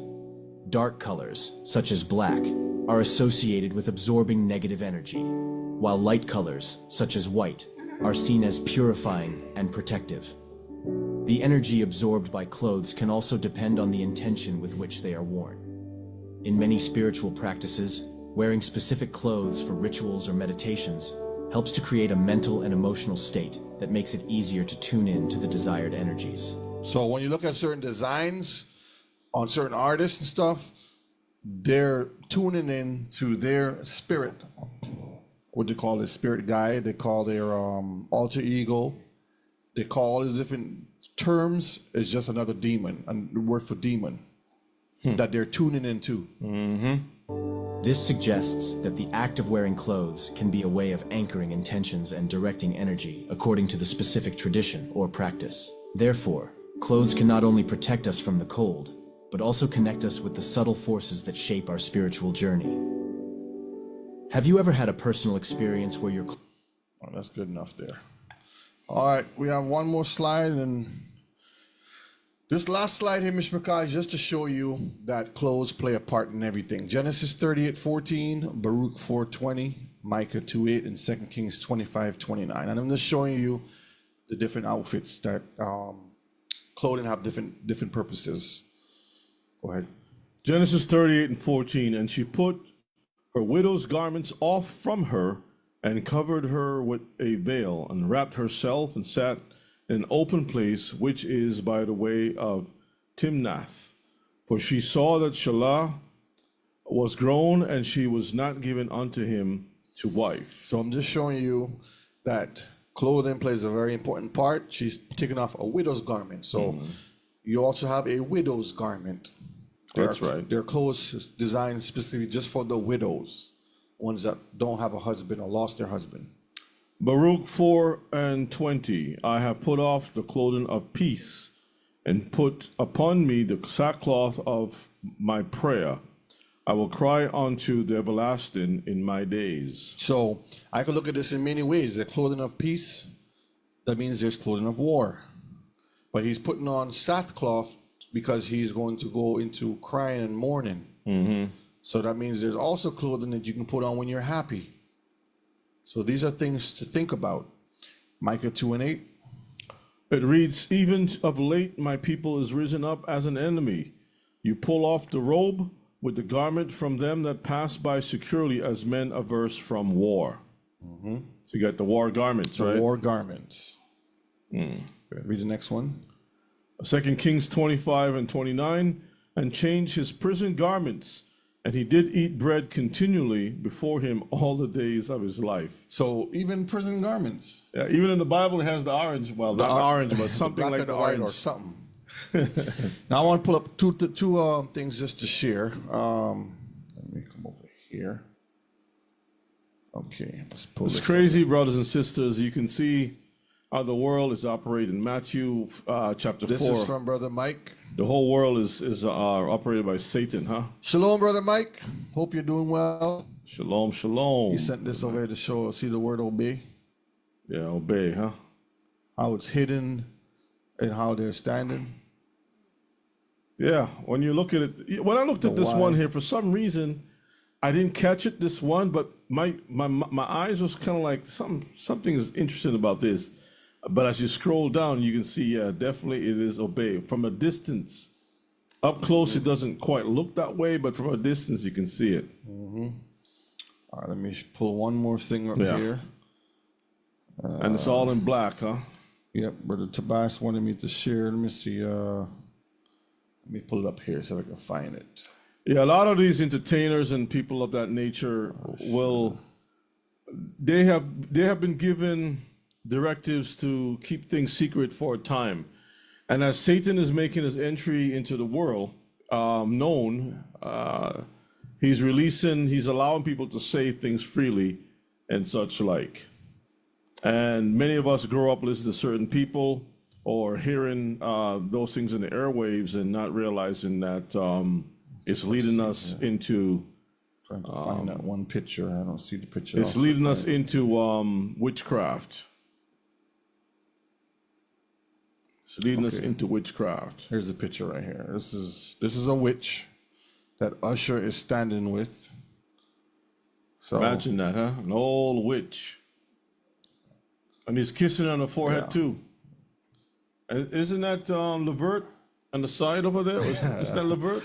no, probably, I don't know. It's probably somebody else. Okay. But this just shows you, Mishpachah, that all these people are serving Lucifer himself. And we are supposed to be separated from these other nations. The things they wear, the things that they listen to, the foods they eat, all of these things. These things are accursed. These things have wicked spirits attached to them, and they would only turn you away from serving the Most High in righteousness. So I wanted to share this with you all tonight to kind of motivate you to go through your closets, get rid of all of those high-end clothes. People have stuff in their closet. Oh, I don't want to get rid of this. I spend X amount of dollars on this. Get rid of it. Yeah, you can sell it and get your money back. And Bags, shoes, hats, sneakers, you name it. Whatever designer stuff that you have that these people have put their blood, sweat, and tears into, we don't need it. Get things that don't have no name brands attached to it. take some crayon and draw on your shirt. Make your own stuff. You know, got some markers and design your own stuff and put it on your shoes. It's not that hard. You know. I'm sure there are many talented Israelites, even in the chat here, that can do designs for you. Yeah, if you can catch them. Jacob's house. You can check out. Like I said, if you can catch him. You can catch him. If you want to get a chance, go online, look at Jacob's house. That's a place you can get some Hebrew garments from, I would say. And there are many other places out there that you can find. Just do your research, look it up, come up with your own design, put some scriptures on it, something. If you're not creative, have one of your children just scribble something on a piece of paper, and then you get that. It's art. Just put it on your shirt. That's my house design, and that's it. You know. So I hope we're not wearing the devil's garments, Mishpachah. That's what I'm saying. Let's represent Yeshua and the Most High to the fullest by keeping his law, statutes, and commandments. The examples are there for us. All we got to do is look into the word, read, and we'll know exactly what we're supposed to be doing. And we follow it. We teach our children, and we represent the Most High because we are royal priesthood. We are set apart. We're holy, and we're supposed to act that way. So I hope tonight we all learned something. There's so much more to dig into it, but I don't want to keep beating the dead horse and going on. I want to get into some of that symbology later with those signs and those things that they're pushing out there. That is very scary because you know, a lot of the children grew up and they do a lot of things and like, what are you doing? Oh, this dude in this cartoon, or we do this in school or in sports or whatever it is, and not knowing that you're worshiping another deity or representing some sort of idol. So these are things that we have to warn our people about and teach our children as we're going. Well, all praises. I hope everyone has learned something tonight. I appreciate the work that Brother O'Shea has taken out to give us some insight and understanding into the world, Satan's world, so that we can make a difference between the children of light and the children of darkness. And we have a great opportunity to be an influence to our children. We learn the Torah, we teach our children, we show them the way, we take the time to teach them that they can be a better generation, you know, not part of the Gen Z or Gen Y or H and who knows what else is coming up around the corner. But we can teach our children. And when the time comes that those children have to find husbands and wives and things of that nature, they will have a whole list to choose from, because there are other daughters of Israel, sons of Zion, so forth, that's available to pair up with and to build righteous, set apart, beautiful families and things of that nature. We had bad pickings. A lot of us had to learn, you know, teach and learn and share on the road. Whereas these youngsters have the opportunity to get it fresh, right? Without pollution, corruption, and so forth. So I hope you all learned something tonight. I appreciate you all coming out tonight, and we look forward to Shabbat. Go check out the videos that we uploaded on the Shabbat and comment in it too. It helps to clear up some air. I appreciate our brothers who has gone back and checked out and deal with some of the knuckleheads out there. You know what I mean? I appreciate that, because you got to be a voice too. You got to go and make some comments to help the people to understand, because they don't know that you are there listening and learning. They're thinking that we're just here operating, you know, from nothing. But you are witnesses. You have had the opportunity to learn things and see things connected according to the word of the Most High. And it's different from other camps or other groups and so forth, because I've heard some weird stuff. You know, like we're not going to work in the kingdom. Like God is going to give us rest in the kingdom, which no work. Sleep all And day. I'm thinking, well, okay, he says you're going to build houses. Isn't that work? And rest for 1,000 years. You know, you're going to plant vineyards. Isn't that work?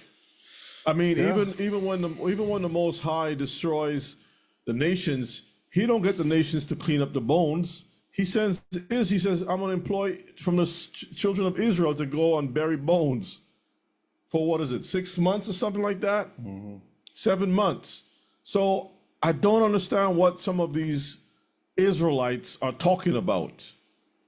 You know what I mean? Some are very, very confused. Just imagine Israelites who never know about the Most High, never heard the teachings, don't know about keeping Shabbats, and they go straight to hell because the selfish living Israelites don't care about the dead ones who died without knowing the Messiah.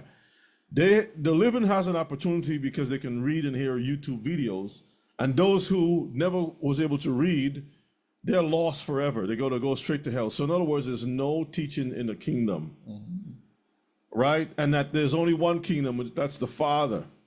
So the Messiah is doing, he's putting, just throw all of the prophets out the window and listen to a bunch of knuckleheads. We are doing something different here. So share the emails, give the links out to the people from yourself. Be part of the building of the kingdom by preparing our people for our Messiah. You got to be part of the solution and not part of the problem. Instead of sitting by and just drinking, no, share some of what you have learned with others. There are so many classes, you can even make your own playlist. You can create a channel, put your playlist together, and say, hey, check this out about the kingdom, because you want to learn about the kingdom. Here's all a breakdown of the kingdom. That's a very important part of teaching of the future, what they call eschatology. About the Shabbats, about these other things. Feast days. Yeah, put a playlist together that people can share. You could put your own playlist together and share with the people so that they can see. Because we ask the questions, we question the scriptures, the scriptures answer the questions, and everything is made plain, right? So thank you all for coming out, and we look forward to seeing you on Shabbat. We pray for each and every one of you, and we continue to pray for each other. Remember, tomorrow the prayer line is available for those who will have time. You can go on there, the brothers, the sisters who meet, and we pray that you keep everything in righteousness, and the Most High bless each and every one of you and your households. Thank you for your support. Thank you for your love, your prayers, your blessings. May the Most High return the reward to you 100-fold. Hallelujah. Hallelujah. So with that said, let's have a word of prayer. And we're going to close up right now in Yeshua's name. Blessed are you, you are our Elohim. Father, we give all praise and glory unto your name. We thank you for tonight's class that you have inspired Brother Shay to put together so that our people, myself included, can learn and refresh our minds to remember why we are called set apart. There is nothing good that the world is offering. We thank you for opening our eyes, both of them, our ears, both of them, that we can see and understand and to know that the world is not for us. We ask, Father, that you will keep us on a daily basis. When we go to sleep, we rise up, and we can be an example and influence our children, that our children will be the ones that will be after your heart. Father, prepare us for your kingdom. Bless us. Inspire us, separate us, give us the resources that we need to survive in this fallen world. And we pray that you make the time short, destroy all the enemies, revive us again, bring us all back, all 12 tribes back to you, and establish your kingdom that will never end. Father, you're faithful. May your name be praised forever. We thank you, we love you. In Yeshua's name we pray. Amen. Hallelujah. Let the words of our mouth, meditation of our hearts be acceptable in your sight, O Yah, our strength, our Redeemer. Love you all. Stay strong, stay sharp. Until next time, we say shalom.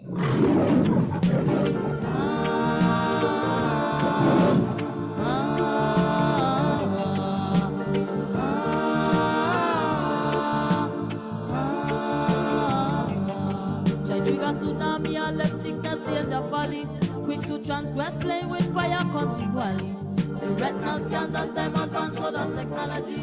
Where is the Holy One who is the Almighty? Some serial killers, company, woman, laboratory.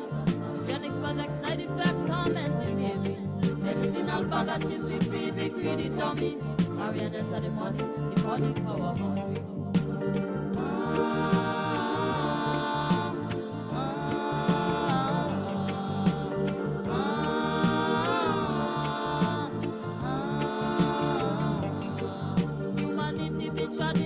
Already, insanity tail a customizing species. First the other interfere where they should not be. Backfire, sit down patients in a them lobby. There's repercussions with just the acts of iniquity. In Jacob of indignation, there's no pity. There's no remorse and no way out and no sympathy. Continue to run your mouth and now you're gonna see.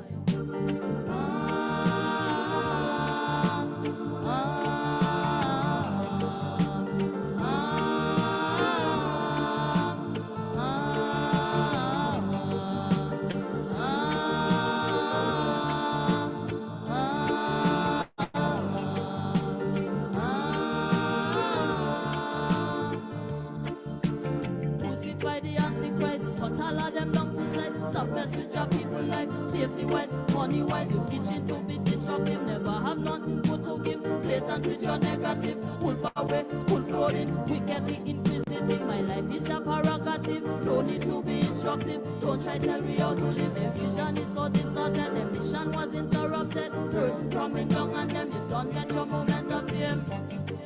Things they call an act of God, nearly an act of man trying to be God.